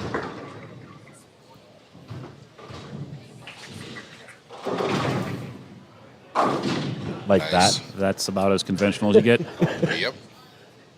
right in the That'll heart. do. That hit that 10. It might have split that 10 pin in half. And I didn't get to see the ball I speed. tried to look too. I missed it. Missed it. A lot.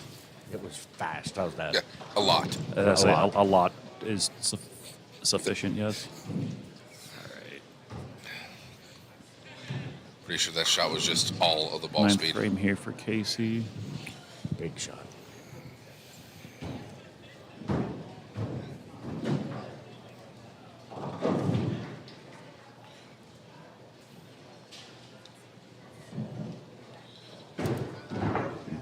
Aced it. It's-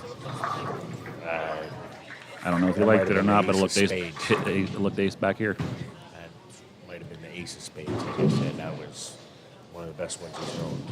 Yeah. I mean, he's only 4-9 twice on that lane, so he's done with that lane. Probably says, thank goodness. I don't know if it was that nice, but something along those lines. Okay. Frank here to set up the 10th. Do something here. His left lane's been his better lane all game, so let's see what happens.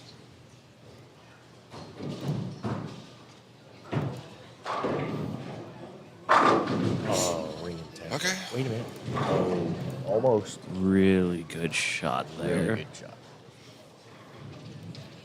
Got the ball just a smidge further to the right down lane, though. get off the friction that had been created there. Just pushed a hair too long. Got a little bad head in there.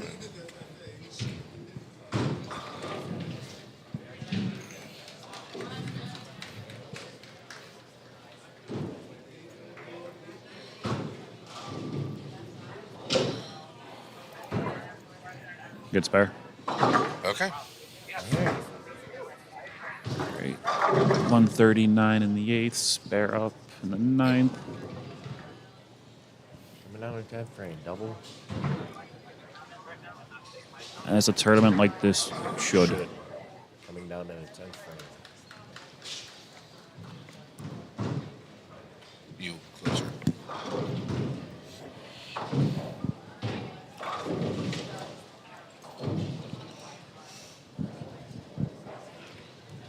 Basically, Casey has to do what Frank does. Yep. Here in the 10th frame. Double here. I mean, doubling good count makes Casey throw the first one. I'd overseen it.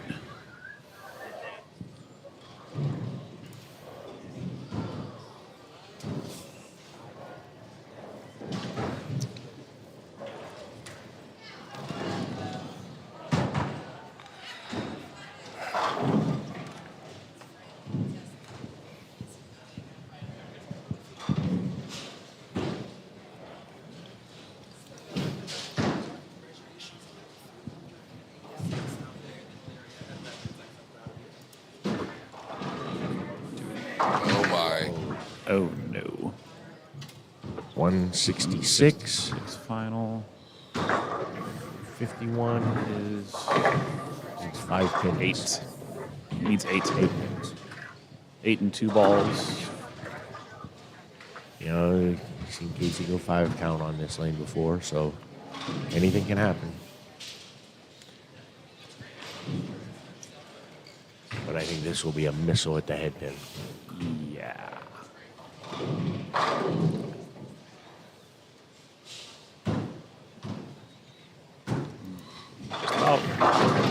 Oh no. Okay. He needs 2.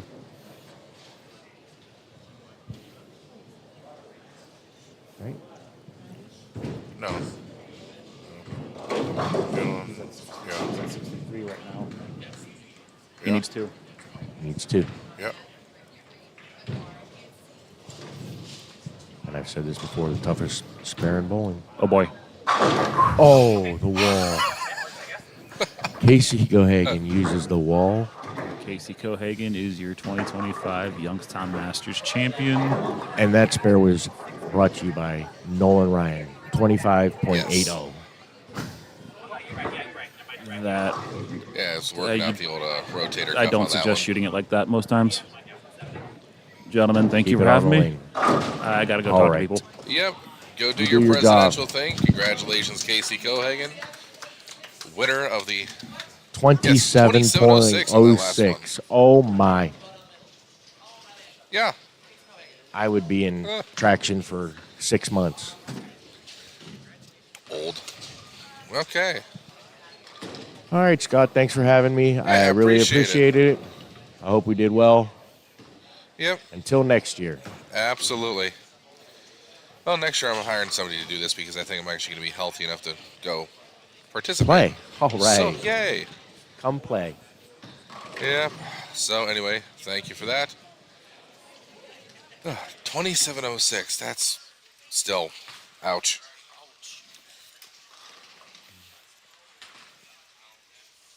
But anyway, thank you, Tommy. Thank you, Ryan. Thank you, Frank.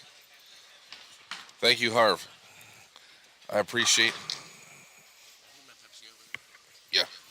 There you go. I appreciate everybody who's watched with us all weekend, especially this afternoon, this evening.